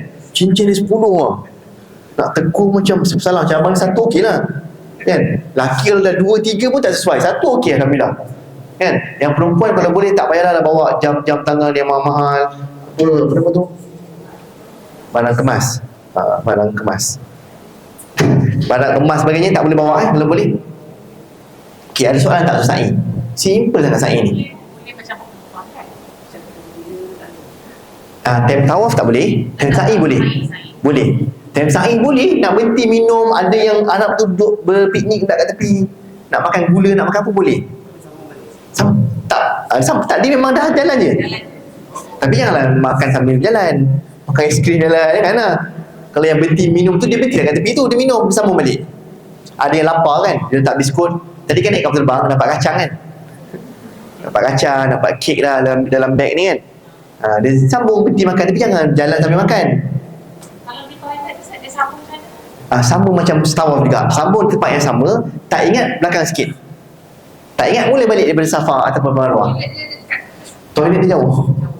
Toilet dia paling dekat, keluar dekat Marwah, belakang tu ada toilet. Kat Marwah, kat pintu belakang tu kena keluar, tak ada kat dalam. Dekat dalam tempat ambil wudu ada, toilet tak ada kat dalam. Ada soalan tak untuk Safa Marwah? Tiga. Ya, Nilu. Boleh, macam saya cakap lah, yang perempuan saya syorkan pakai kasut yang perempuan kufu tu pakai tu, apa nama? Kan kasut sport. Tawaf kan? Ada kasut tawaf tu kat Shopee, sempat lagi. Ada tapak dia sedap, lembut dia. Getah, tapak dia macam getah. Ya bang, soalan tadi Mesti ada sa'i tak wajib ada wudu, tapi jangan sengaja batalkan wudu. Macam kita katalah, kalau tak tahan nak terkentut, boleh kentut, tak ada masalah, tak perlu ambil wudu yang baru. Tak perlu ambil. Sa'i tak perlu dalam keadaan bersuci. Ada soalan? Berapa jam? Ni 11.22. Okey, ada soalan apa?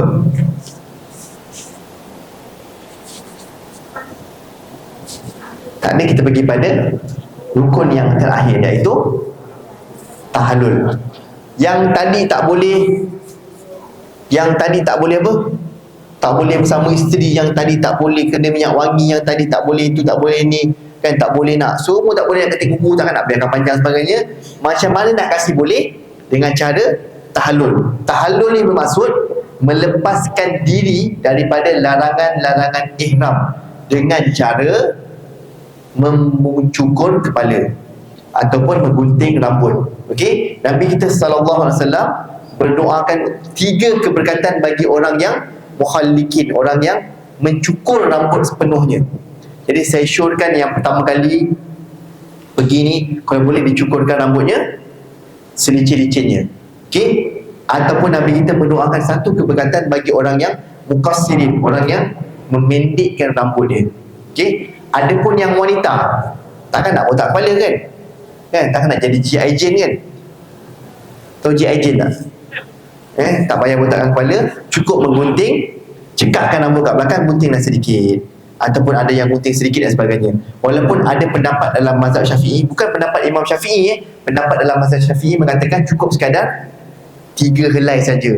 Tapi saya syorkan memang rugilah, rugi sangat kalau cukup sekadar 3 helai. Cukurlah botak. Dan saya nampak kat sini semuanya rambut pendek kan, abang seorang je yang panjang. Apa pertama kali bang? Pertama kali cukur abang botak licin. Boleh botak licin, insya-Allah selesailah kita punya ibadat umrah. Ada soalan? Apa-apa saja soalan, tiket ke, bas ke, raudah ke, apa ke. Dalam package kita ada peluang buat umrah 3 kali. Pertama yang wajib. Yang wajib pertama, wa atimul hajj wal umrah lillahi ta'ala. Umrah ni sebenarnya wajib sekali seumur hidup. Contoh macam akak ni dah pernah pergi sebelum ni, dah wajib. Kali kedua dia jadi sunat. Ada juga pendapat mengatakan yang wajib ni setiap kali yang sekali pergi tu, kan lama dia pergi, ni kali kedua dia pergi ni, yang pertama tu kita wajib. Okey, lepas tu nanti kita ada peluang pergi ke ziarah ke Ja'ranah. Dekat Ja'ranah kita boleh bermikot untuk mengerjakan umrah. Lepas tu kita ada pergi ke Hudaibiyah juga, pun ada peluang untuk bermikot dekat Hudaibiyah. Ada pula setengah mutawif yang rajin dibuat ziarah tambahan pergi ke Taif, pun boleh bermikot lagi. Hari-hari yang terakhir, ada lagi 1 atau hari 2 hari terakhir, ada yang nak pergi sendiri, pergi ke Tanaim pun boleh. Jadi boleh buat sampai 3 atau 4 kali. Orang yang pergi ke Taif ni, kita kena buat kawasan kawam. Okey. Abang beritahu bulan apa?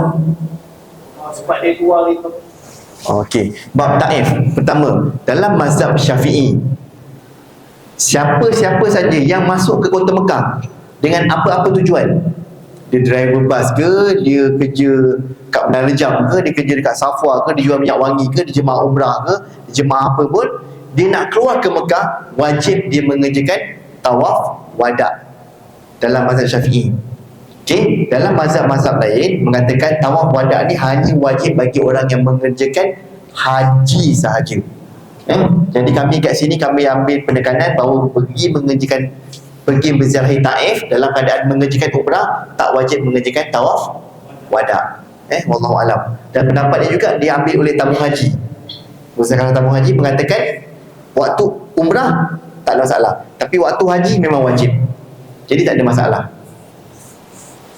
Ya kan? Tawaf sunat tu, kalau kita buat tawaf sunat, kalau kita dah tawaf 4 kali, kita dah pusing 4 kali. Lepas tu, supaya kita ngantuk. Sebab ada sesuatu dengan syukran.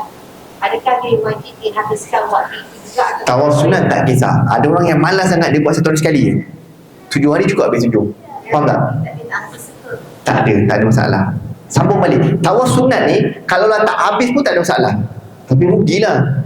Tawaf sunat kena buat, pendapat yang kuat mengatakan kena buat 7 kali. Katalah dia buat 4, tiba-tiba azan, sambung lagi. Ataupun tiba-tiba dia buat sakit perut, dia balik. Ataupun dia balik, esok dia malah nak buat. Ataupun hari terakhir dia buat 1, 2, 3, 4, 5, 6. Tiba-tiba mutawif beritahu nak sampai, nak pergi Madinah dah, dia balik, pun tak ada masalah. Cuma rugilah kalau boleh habiskan 7 tu tawaf sunat. Berbanding dengan tawaf umrah kena habiskan, wajib habiskan. Ada soalan? Maknanya dia boleh berhenti. Ini pusing kan? Betul. Cuma yang tawaf sunat sekarang ni, kerajaan Saudi tak membenarkan lagi orang yang memakai pakaian biasa untuk buat tawaf kat bawah. Hanya yang memakai ihram sahaja. Masih lagi. Okey, yang perempuan pun sama sebenarnya. Perempuan memang ada senang nak menipu. Lelaki pun sebenarnya boleh kena tipu pakai ihram. Tetapi ni arahan daripada pihak berkuasa. Sekiranya kita langgar, tak ada orang tahu. Betul tak? Tetapi sekiranya ditakdirkan tiba-tiba kita meninggal waktu tawaf tu, Orang yang tawaf dengan orang yang tak melakukan tawaf, orang yang berihram dengan orang tak melakukan ihram, cara pergemumiannya lain. Faham tak? Memang kita tak ada nak mandi-mandi pakai kapal, tak ada lah. Kita pakai itu, bumi itu je. Faham tak? Waktu solat jenazah dekat Masjidil Haram, orang yang meninggal dalam keadaan tawaf, dibuka. Sekiranya memanglah kata boleh Ustaz, boleh je nak menipu. Saya tak syorkan. Kalau dulu saya pun buat benda yang sama, sampailah bila ada fatwa kalau meninggal macam mana. Pertama memang kita dah salah lah, kita dah langgar undang-undang pemerintah dekat sana. Okey, kalau nak buat tawaf sunat, memang digalakkan untuk buat tawaf sunat sebanyak-banyak mungkin. Buatlah kat atas. Naik skuter. Dekat atas penat kan? Jauh. Naik skuter. Ya, kalau skuter 100 rial boleh naik 2 orang. 115 rial. Ataupun 55 rial naik seorang. Kalau 5 kali baru 200 lebih. Oh, RM300. Kan kita pergi umrah ni kan bayar ribu-ribu, kita bayar macam-macam makan kat sana. Nak buat tawaf sunat tu sekadar nak naik skuter pun tak ada masalah. Saya tak syorkan untuk buat kat bawah. Memang ramai orang buat kat bawah dengan tujuan untuk buat tawaf sunat. Tapi sekiranya kita tak tahu bila nyawa kita nak diambil, sekiranya kalau kita meninggal waktu tu, memang kita dah spek dia ni buat tawaf, memang ihram, jadi kena bilang macam tu. Pertama, takut kita menipu lagi. Kenapa dia buat macam itu? Sebab sekarang ni dalam keadaan ramai, dalam keadaan apa, dia utamakan untuk orang yang melakukan umrah saja. Bayangkan kalau dia buka macam dulu, kan tak selesa gitu semua. Kursi roda kat bawah, yang tawaf kat bawah, yang ihram kat bawah, yang pakai sunat pakai minyak wangi, wangi-wangi, yang pakai ihram tak minyak wangi, bercampur dengan kita dan sebagainya. Sebenarnya ada bagus juga dia buat macam tu. Cuma kita yang nak lakukan tawaf sunat ni kena buat kat atas. Mana yang mampu untuk berjalan, silakan. Yang tak mampu berjalan boleh naik kursi roda ataupun diubah kursi roda atau menaiki skuter. Simple je. Boleh. Ada soalan lagi? Kalau kita daripada Madinah naik train. Okey, naik train. Sekejap, sebenarnya sekejap Dia tak hilang lagi, panas kat sana.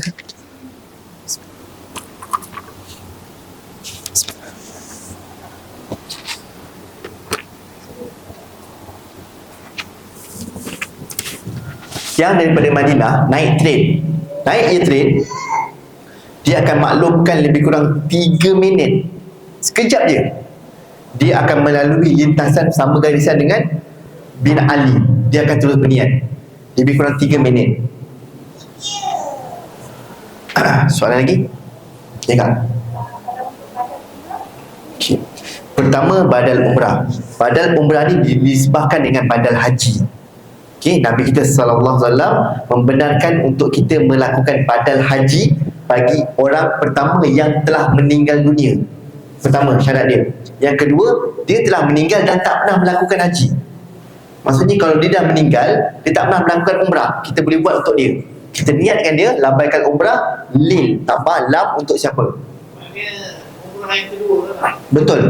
Macam contoh akad dia pernah pergi, dia nak buat yang kali pertama untuk ayah dia arwah pun tak ada masalah. Yang penting syarat dia, orang tu tak pernah melakukan umrah atau haji dan telah meninggal. Tapi nak buat juga. Ayah saya dah pernah buat umrah, dah buat haji, saya nak buat juga untuk dia. Mudah-mudahan kita doalah. Kan bila terputusnya, meninggalnya kita, terputus semua amalan kecuali 3 perkara, antaranya doa anak-anak yang soleh. Dah pergi umrah, kan dah doa lagi, mudah-mudahan anak yang soleh. Mudah-mudahan kita buat umrah tu, kita doalah mudah-mudahan pahala kita sampai kepada arwah tersebut. Wallahualam. Itu antara kita dengan Allah saja. Kita doalah mudah-mudahan. Ya kak? Masuk umrah, kena ganggu musuh tu. Orang kena ganggu juga. Okey, pertama alhamdulillah semenjak daripada minggu lepas, 2 minggu lepas, MKM telah menggunakan keseluruhannya visa umrah kecuali yang ada masalah. Contoh macam mungkin akcik ni jari je kan tak boleh dan sebagainya, kita gunakan visa pelancong. Untuk visa umrah, insya-Allah pihak muasasah akan sediakan satu surat yang boleh masuk secara kumpulan sekali. Jadi oleh kerana dapat sekali masuk dengan mudah, musuh pun kita buat juga apps tu, kita tempah juga bila dapat visa nanti boleh masuk 2 kali. Dapat nanti visa dalam grup lah, dia akan maklumkan, kita boleh buat tempahan dalam apps untuk nusuk. Tapi waktu berbeza-beza lah. tak ikut kumpulan. Tapi insya-Allah dengan visa umrah dapat sekali. Beratur je, senang. Saya dah lama tak masuk Raudah. Sebab saya tak gunakan visa umrah. Saya pun tak masuk. Baru-baru lepas ni saya bawa jemaah gunakan visa umrah, dia beratur ikut turn. Dia duduk sini, dia masuk. Dalam kat sana dapat duduk dekat Raudah, saya ingat dekat 15 minit ada. Tapi cumanya saya dapat duduk tu lepas waktu asar. Lepas asar kan tak ada solat. Jadi jemaah semua duduk berdoa je lah. Tak ada yang solat. Jemaah-jemaah daripada negara lain tak solat. Lepas tak ada solat sunat lepas asar. Boleh? Ada soalan lagi? Ya kak? Puan? Kakak? Lepas gunting rambut.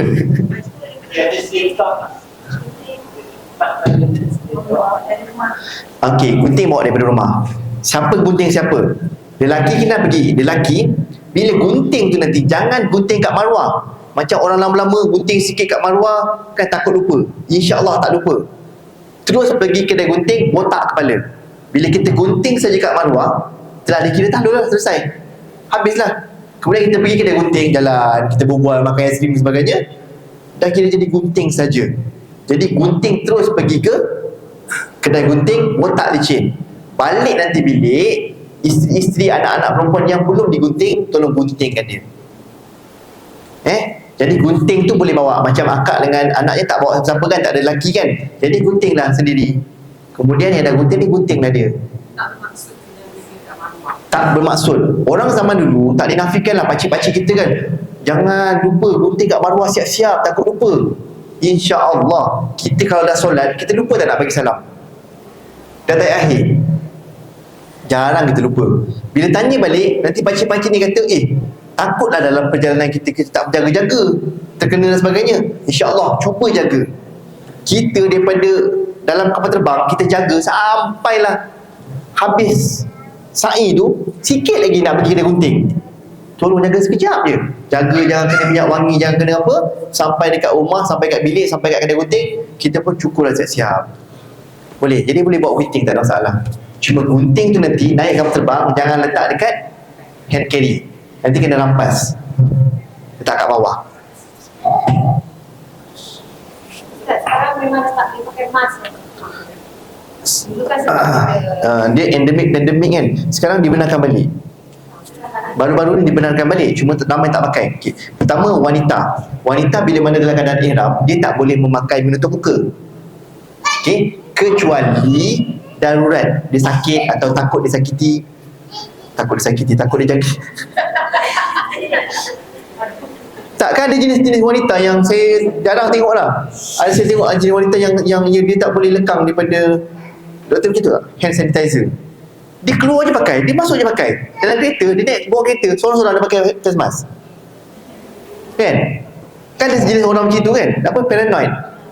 Kan kalau jenis macam itu memang tak boleh buat apa, silalah pakai, tak ada masalah. Sebab sekarang baru je yang keluar daripada syarat baru Saudi, digalakkan untuk memakai, bukan diwajibkan. Kalau kata dia sakit, contoh nak pergi, tiba-tiba lagi 2-3 hari nak pergi, nak uzubillah zalik, tiba-tiba dia kena COVID, apa nak buat? Jangan beritahu travel, pergi je. Tak boleh pergi. COVID sekarang dah tak ada ni betul-betul kan, tak ada apa-apa dah kan. Pergi tapi pakailah apa, hand sanitizer, pakai mask dan sebagainya. Cuma jangan beritahu kat jemaah kan. Bulan Syawal tu tadi, sebelum haji, waktu nak balik kat Madinah, satu keluarga kena COVID. Dia check, saya pun duduk makan dengan dia. Ustaz, saya nak beritahu ni, kami satu keluarga kena COVID. Saya pun tak ada lari. Benda COVID kan, semua pernah kena COVID kan. Siapa yang tak pernah kena? Siapa tak pernah kena? Rugi you. Rasa nikmat dia kan. Tak ada sakit sangat. Ya bang. Kalau masa dia Ziarah apa? Dah okey, makam.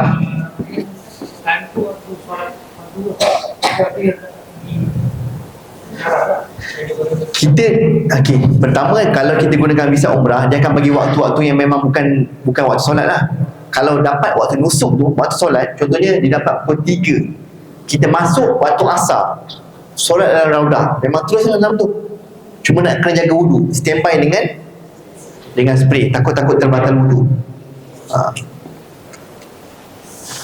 Ada soalan lagi? Ya bang.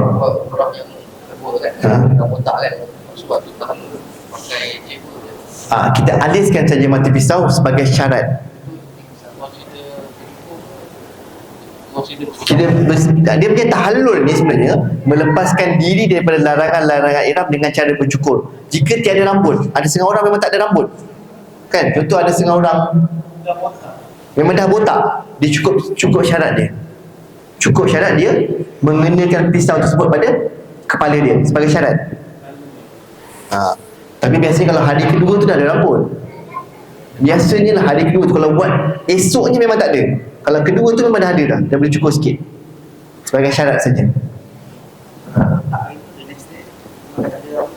Tak ada rambut lah, biasa hari kedua tak buat lah. Kedua tu memang penat dia. Kita habis umrah kan pagi sebelum subuh. Hari kedua tu biasa dah tidur je penat.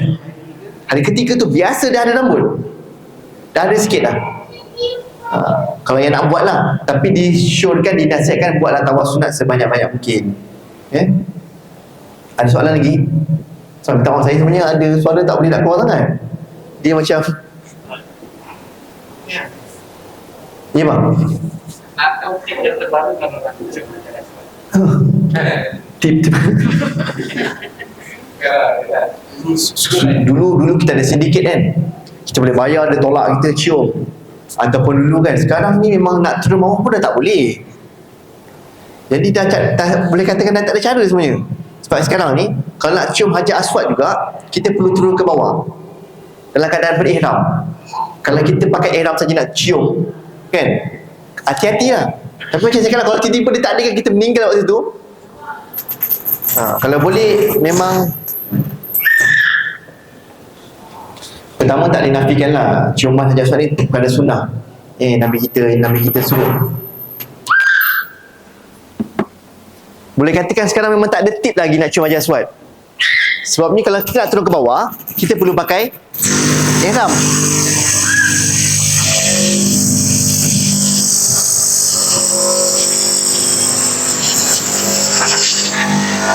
Kalau jadi tak boleh lah. Maksudnya doa lah, maksudnya memang tak boleh nak cium Hajar Aswad lagi. Kalau orang yang berebut tu dalam keadaan ihram, dalam keadaan ihram kita buat umrah sunat, kita dalam keadaan ihram tak boleh nak mencium wangi-wangian. Kalau kita nak cuba cium waktu umrah tawaf sunat, tak boleh turun. Tapi kalau nak cuba juga, jangan beritahu orang tu je, dia diam pergi. Dalam ihram tak boleh cuba. Kalau dapat, kita dalam keadaan berihram, tak boleh wangi-wangian. Takut terbuka kain dan sebagainya, lagi masalah. Kalau kita nak cuba esok hari, nak turun ke bawah dataran tu, perlu pakai ihram. Dalam ihram dia habis tawaf. Boleh. Tapi dia kalau terkena Hajar Aswad, berwangi-wangian, kena dam. Senang cerita lah, untuk zaman sekarang ni memang peluang untuk cium Hajar Aswad sangat-sangat tipis. Saya pun jarang dengar jemaah dapat cium Hajar Aswad sekarang ni. Kecuali esoknya dia pergi cium. Dia cium, dia pakai ihram, dia cuba nak menipu turun ke bawah, pergi cium. Dia bawa cuba cium. Perempuan lah, ada macam saya lah, macam tahu sunat, benda yang sama je. Perempuan kalau boleh lagi lah. Tak nampak, tapi macam saya cakap lah, cuba nak cium tu kalau boleh. Dah tahu kita memang bukan nak mati waktu tu. Pak, saya tengok sendiri, saya tengok jemaah yang meninggal ihram, memang dia biarkan terbuka dalam keadaan ihram. Kan? Kalau kita cuba menipu, kita meninggal, kita pakai ihram, dia kebun macam tu lah. Tak ada orang tahu. Kecuali yang kita beritahu kat orang. Okay, kita boleh maklumkan. Itu saja. Faham tak? Memang saya ada benda-benda yang sekarang ni, antaranya nak masuk Eji Ismail lah susah. Nak apa lagi? Nak pergi Hajar Aswad. Kan? Jadi, tapi Raudah dah mudah. Raudah dah mudah. Nak solat dekat Jabal Safa, Jabal Marwah pun dah mudah. Dah habis tahalul tadi. Tahalul kat luar dah. Kita gunting kat situ, kita masuk balik. Itu cara dia. Pakcik beri cadangan yang bagus. Tu jangan dia. Sekarang kita nyium hati, tak ikut tipis lagi. perang sendiri lah, Ha? tradisional sendiri. Boleh? Ha? So DIY. Dia apa? Bukan dalam aktivis ni, Ha? tapi kata apa? Supaya apa ni agensi ada buat 3 kali. Betul. Kalau kita buat yang lain dia boleh 3 kali, di mana kita sendiri. Ha. Kita berihram dalam keadaan itu kita boleh ada Tak, tetap hukum dalam keadaan berihram. Tak boleh berwangi-wangian dalam ihram. maksudnya kena sesat. Kena selesai dulu. Betul. Macam apa cakap? Kali kedua tu dah botak kan? Dah boleh kan? Pergi. Pakcik ni. Kita jumpa pakcik ni. Betul. Connection jadi. Itu jawapan dia. Saya dah dapat. Cuma saya tak syorkan lah. Bahaya lah dengan keadaan terbuka pakai kain. Kan? Cuma dah dapat cium, jangan cerita dengan orang. Orang panas. Kan? Bukan semua dapat cium. Dia dapat cium tu boleh cerita dengan orang kan? Tak Zak. Sama juga. Tapi Ismail lagi mudah berbanding Ajak Aswad. Ada soalan akak-akak, cik-cik? Saya bagi tips juga tu. Saya berbagi daripada nampak pesan sihat. Siap. Apa saya ada apa ni? Habis tu. Saya ada tersekat kat sini lah. Tu cakap macam tak lepas-lepas je. Tak adalah. Pertama, kalau boleh ambil injection tu. Saya tak syorkan ambil sebab sakit. Saya tak ambil. Influenza dan juga meningkokal. Dulu meningitis lah. Saya syorkan. Tetapi saya tanya nasihat doktor. Dulu doktor cakap kalau dah ada booster tu, dah kali ketiga, dah power dah. Kan? Tapi saya balik, Alhamdulillah, saya balik tak sakit. Tapi saya balik, mak mentua saya kan kat hospital sekarang, kat Shah Alam. Tengah kuarantin. Dia kena, disaki kena MERS-CoV. Sebab dia tak ambil. Bagi makcik-makcik mungkin dah berumur, dah berusia, dah lemah dia punya, apa nama, antibiotik. Bukan antibiotik. Antibody nak ambilkan pun bagus. Kan? Nak bagus, ambillah semua senang. Meningkokal dengan influenza. Kat klinik ada tu? Kat klinik ada? Tapi klinik doktor dia kat Johor, jauh sangat.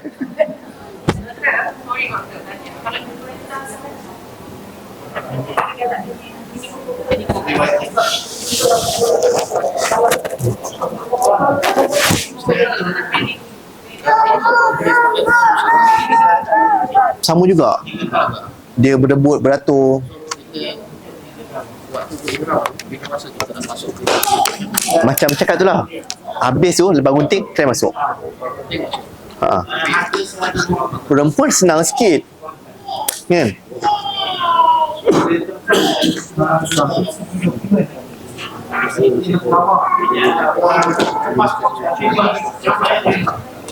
Tinggal kat hotel je.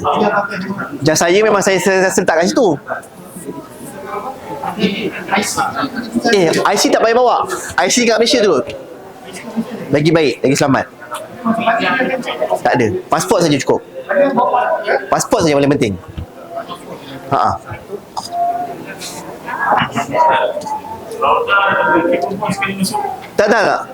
Sekarang special. Sekarang raudah, lelaki dan juga wanita dah berbeza. Maksudnya raudah kata besar ni. Okey, besar ni lebih kurang, raudah besar ni je lebih kurang. Waktu turn wanita, lelaki tak boleh masuk. Waktu turn lelaki, wanita tak boleh masuk. Jadi ruang untuk tu dah sangat besar. Dan wanita juga keluar nanti boleh melalui tepi makam. Tak macam dulu. Saya pun tak pasti, pasal tanya wanita. Dia kata, ustaz, kami lalu tepi makam. Jadi bolehlah sampai dekat dengan makam. Saya tanya jemaah wanita, melalui tepi makam. Dia kata, ya, melalui tepi makam. Tak nampak dalam, tapi lalu tepi lah. Sebenarnya nampak yang depan tu. Kalau dulu tak boleh masuk langsung kan. Dulu kan jauh kan. Sekarang ni melalui tepi. Wallahualam macam mana dia lalu, sama ada melalui tepi depan atau tepi belakang. Tapi dapat lebih dekat berbanding dengan dulu. Dulu tak boleh, dulu jauh.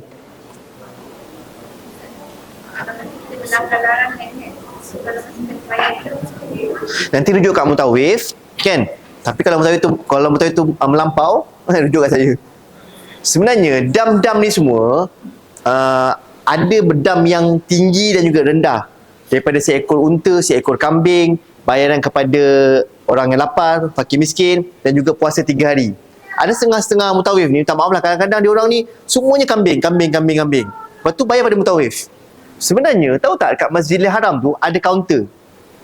Dalam hotel Mekah Tower tu ada kaunter dam yang kita boleh bayar terus kepada kerajaan Arab Saudi. Kalau ada sekiranya rujuk pada mutawif. Kalau mutawif kata kena kambing, ya betul kambing. Kan? Takkan ketik kuku kambing. Kan? Contoh, semua nak kambing kan. Sebab kambing tu murah kat sana. Kalau dibayar mahal, maksudnya adalah mutawif tu dan sebagainya. Nak elakkan benda ni berlaku, sila maklumkan awal-awal. Kalau boleh jangan buat silap. Kalau sekiranya ada buat silap, macam saya sendirilah untuk orang-orang biasa macam kita. Kan? Mungkin tak mampu untuk bayar seekor kambing. Mahal kan? Cukup bayar 60 rial, 70 rial untuk bagi makan kepada fakir miskin. Tak mampu juga. Memang saya pergi ni memang sponsor habis. Tak bawa duit pun. Puasa dah 3 hari berturut-turut. Senang je, simple je. Kalau kata tak yakin, boleh bayar dekat kaunter yang sedia ada. Ada disediakan. Keluar resit lagi. Ramai orang tak tahu. Ada soalan lagi? Ya, Ji? Ha? Sarung lutut ikutkan dia berjahit. Kan? Tapi ada sarung lutut yang tak berjahit. Cari yang tak berjahit tu. Ada sarung lutut yang tak yang boleh zip tu. Tak jahit kan? Mana? Tu bercantum. Cantum. Dia masuk berjahit ni bercantum. Kalau dia cantum lah. Cari yang strap tu. Yang macam bandage. Macam bandage tu ada jual. Ada pendapat kata tak ada masalah pun sebab dia bukan pakaian. Tapi nak tak nak datangkan fitnah, cari yang zip tu boleh selamat. Sebab dia bukan pakaian. Yang tak boleh bercantum berjahit ni adalah pakaian kita. Wallahualam. Kalau boleh cari yang tu lah, lagi selamat supaya tak ada yang pertikaikan. Ada soalan lagi? Kat sana. Kat sana. Janganlah kena dendam. Alah, macam gini boleh bayar 60-70 rial. Kalau boleh janganlah. Kan? Saya memang tak suka orang terima dam ni. Boleh. Okey, yang Nabi kita sallallahu alaihi wasallam larang wangi-wangian atar dengan tujuan untuk wangi. Dulu para sahabat datang daripada Madinah pergi ke Mekah buat umrah, buat haji. Semua dalam keadaan yang sama, tak ada yang berbeza. Tiba-tiba ada yang nak berwangi-wangian. Tujuan dia untuk wangi, nak membezakan dengan orang lain. Tu yang tak boleh. Ada pun nak pakai lip balm, tujuan untuk apa? Sebab sakit kan? Kering kan? Tak boleh senyum kan? Boleh pakai. Kalau tujuan nak pakai lotion untuk wangi, tak boleh. Kalau untuk wangian memang tak boleh. Kalau untuk selain dia betul boleh. Betul. Tak ada masalah, boleh. Cuma jangan okey lah, pakak tak, maksudnya okey lah, tapi janganlah macam jangan ni lah, maksudnya jangan over lah. Kena kan Kak Syarifah ni kan? Macam lelaki nak pakai slipper tawaf boleh, tapi cari slipper yang khas untuk tawaf saja. Yang buka depan, tapi maksud saya dia khas. Tak, kan kita dah pakai daripada KLA. Kan? Kan dah kotor kan? Kalau boleh jangan pakai yang tu. Pakai yang kita beli khas untuk kita pakai waktu tawaf sa'i. Betul. Supaya dia bersih. Betul. Takut dia sakit kaki. Cumanya dia akan ganjil lah. Semua orang pakai kaki ayam kan? Cuma tak ada masalah. Kalau memang pakcik yang dah tua, kaki memang dah nipis, nak pakai tak ada masalah. Biasa. Orang Arab ramai pakai. Ada soalan lagi? Boleh. Jam boleh pakai, cuma jangan bunyikan kuat loceng dia. Kan? Jam dia punya alarm dan sebagainya mengganggu.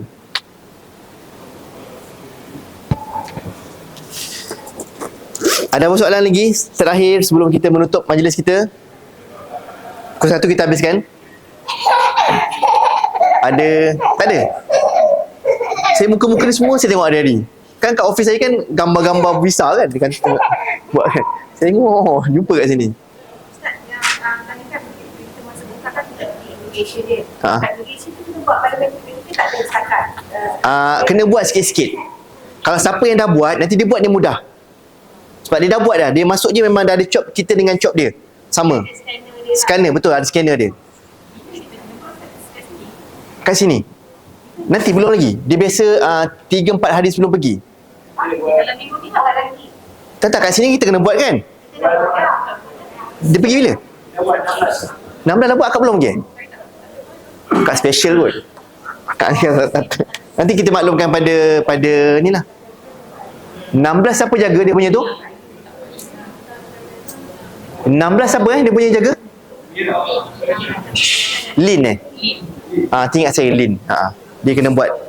Bukan buat, dia bagi kita apps tu, kita buat kat rumah je. Kita buat sendiri je. Kalau nak buat kejap lagi pun Amir boleh tolong buat, tunjukkan. Amir, ada soalan lagi? Mana yang belum dapat bag, boleh ambil bag, boleh check bag kat sini. Kan? Apa lagi yang belum Mana yang belum bagi pasport, sila bagi dengan segera. Mana yang 18 November tak bulan. Tak payahlah, nanti tambah lagi. Yang September khususnya. Ada soalan lagi? Kalau tak ada, insya-Allah kita pertama saya minta maaf banyak-banyak kan. Sebenarnya saya ni tak berapa lancar. Percakapan tu macam apa ada tersekat ni. Macam ada tak boleh sampai. Okey, pertama sekadar yang apa saya cakap ni, insya-Allah mudah-mudahan kita ambil pengajaran. Sekiranya ada yang salah, ada silap, saya minta maaf. Sekiranya ada yang mungkin tersilap, balik-balik kita tengok, ceramah Ustaz Don lain nak cakap. Ceramah ni lain lah kan. Mungkin ada khilaf pendapat yang berbeza-beza kan. Selagi mana dia tak merosakkan akidah, selagi mana tawaf tak lebih daripada 7, sa'i dan sebagainya, insya-Allah boleh diterima. Kan, saya pun minta juga jemaah-jemaah semua balik nanti cubalah tengok YouTube. Tengok YouTube. Saya suka tengok Ustaz Datuk Dr. Syamsuri kat Penang tu. Ceramah umrah dia antara yang paling ringkas, paling padat dan paling tepat bagi saya. Senang sangat nak faham.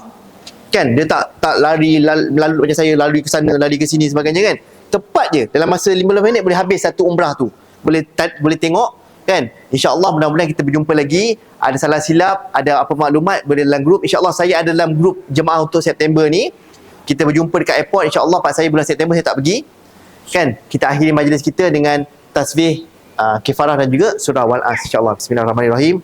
Subhanakallahumma wa bihamdika asyhadu an la ilaha illa anta astaghfiruka wa atubu ilaik. Bismillahirrahmanirrahim. Wal-Asr innal insana lafi khusr illa allazina amanu wa amilus solihati wa tawassaw bil haqq wa tawassaw bis sabr. Assalamualaikum warahmatullahi wabarakatuh.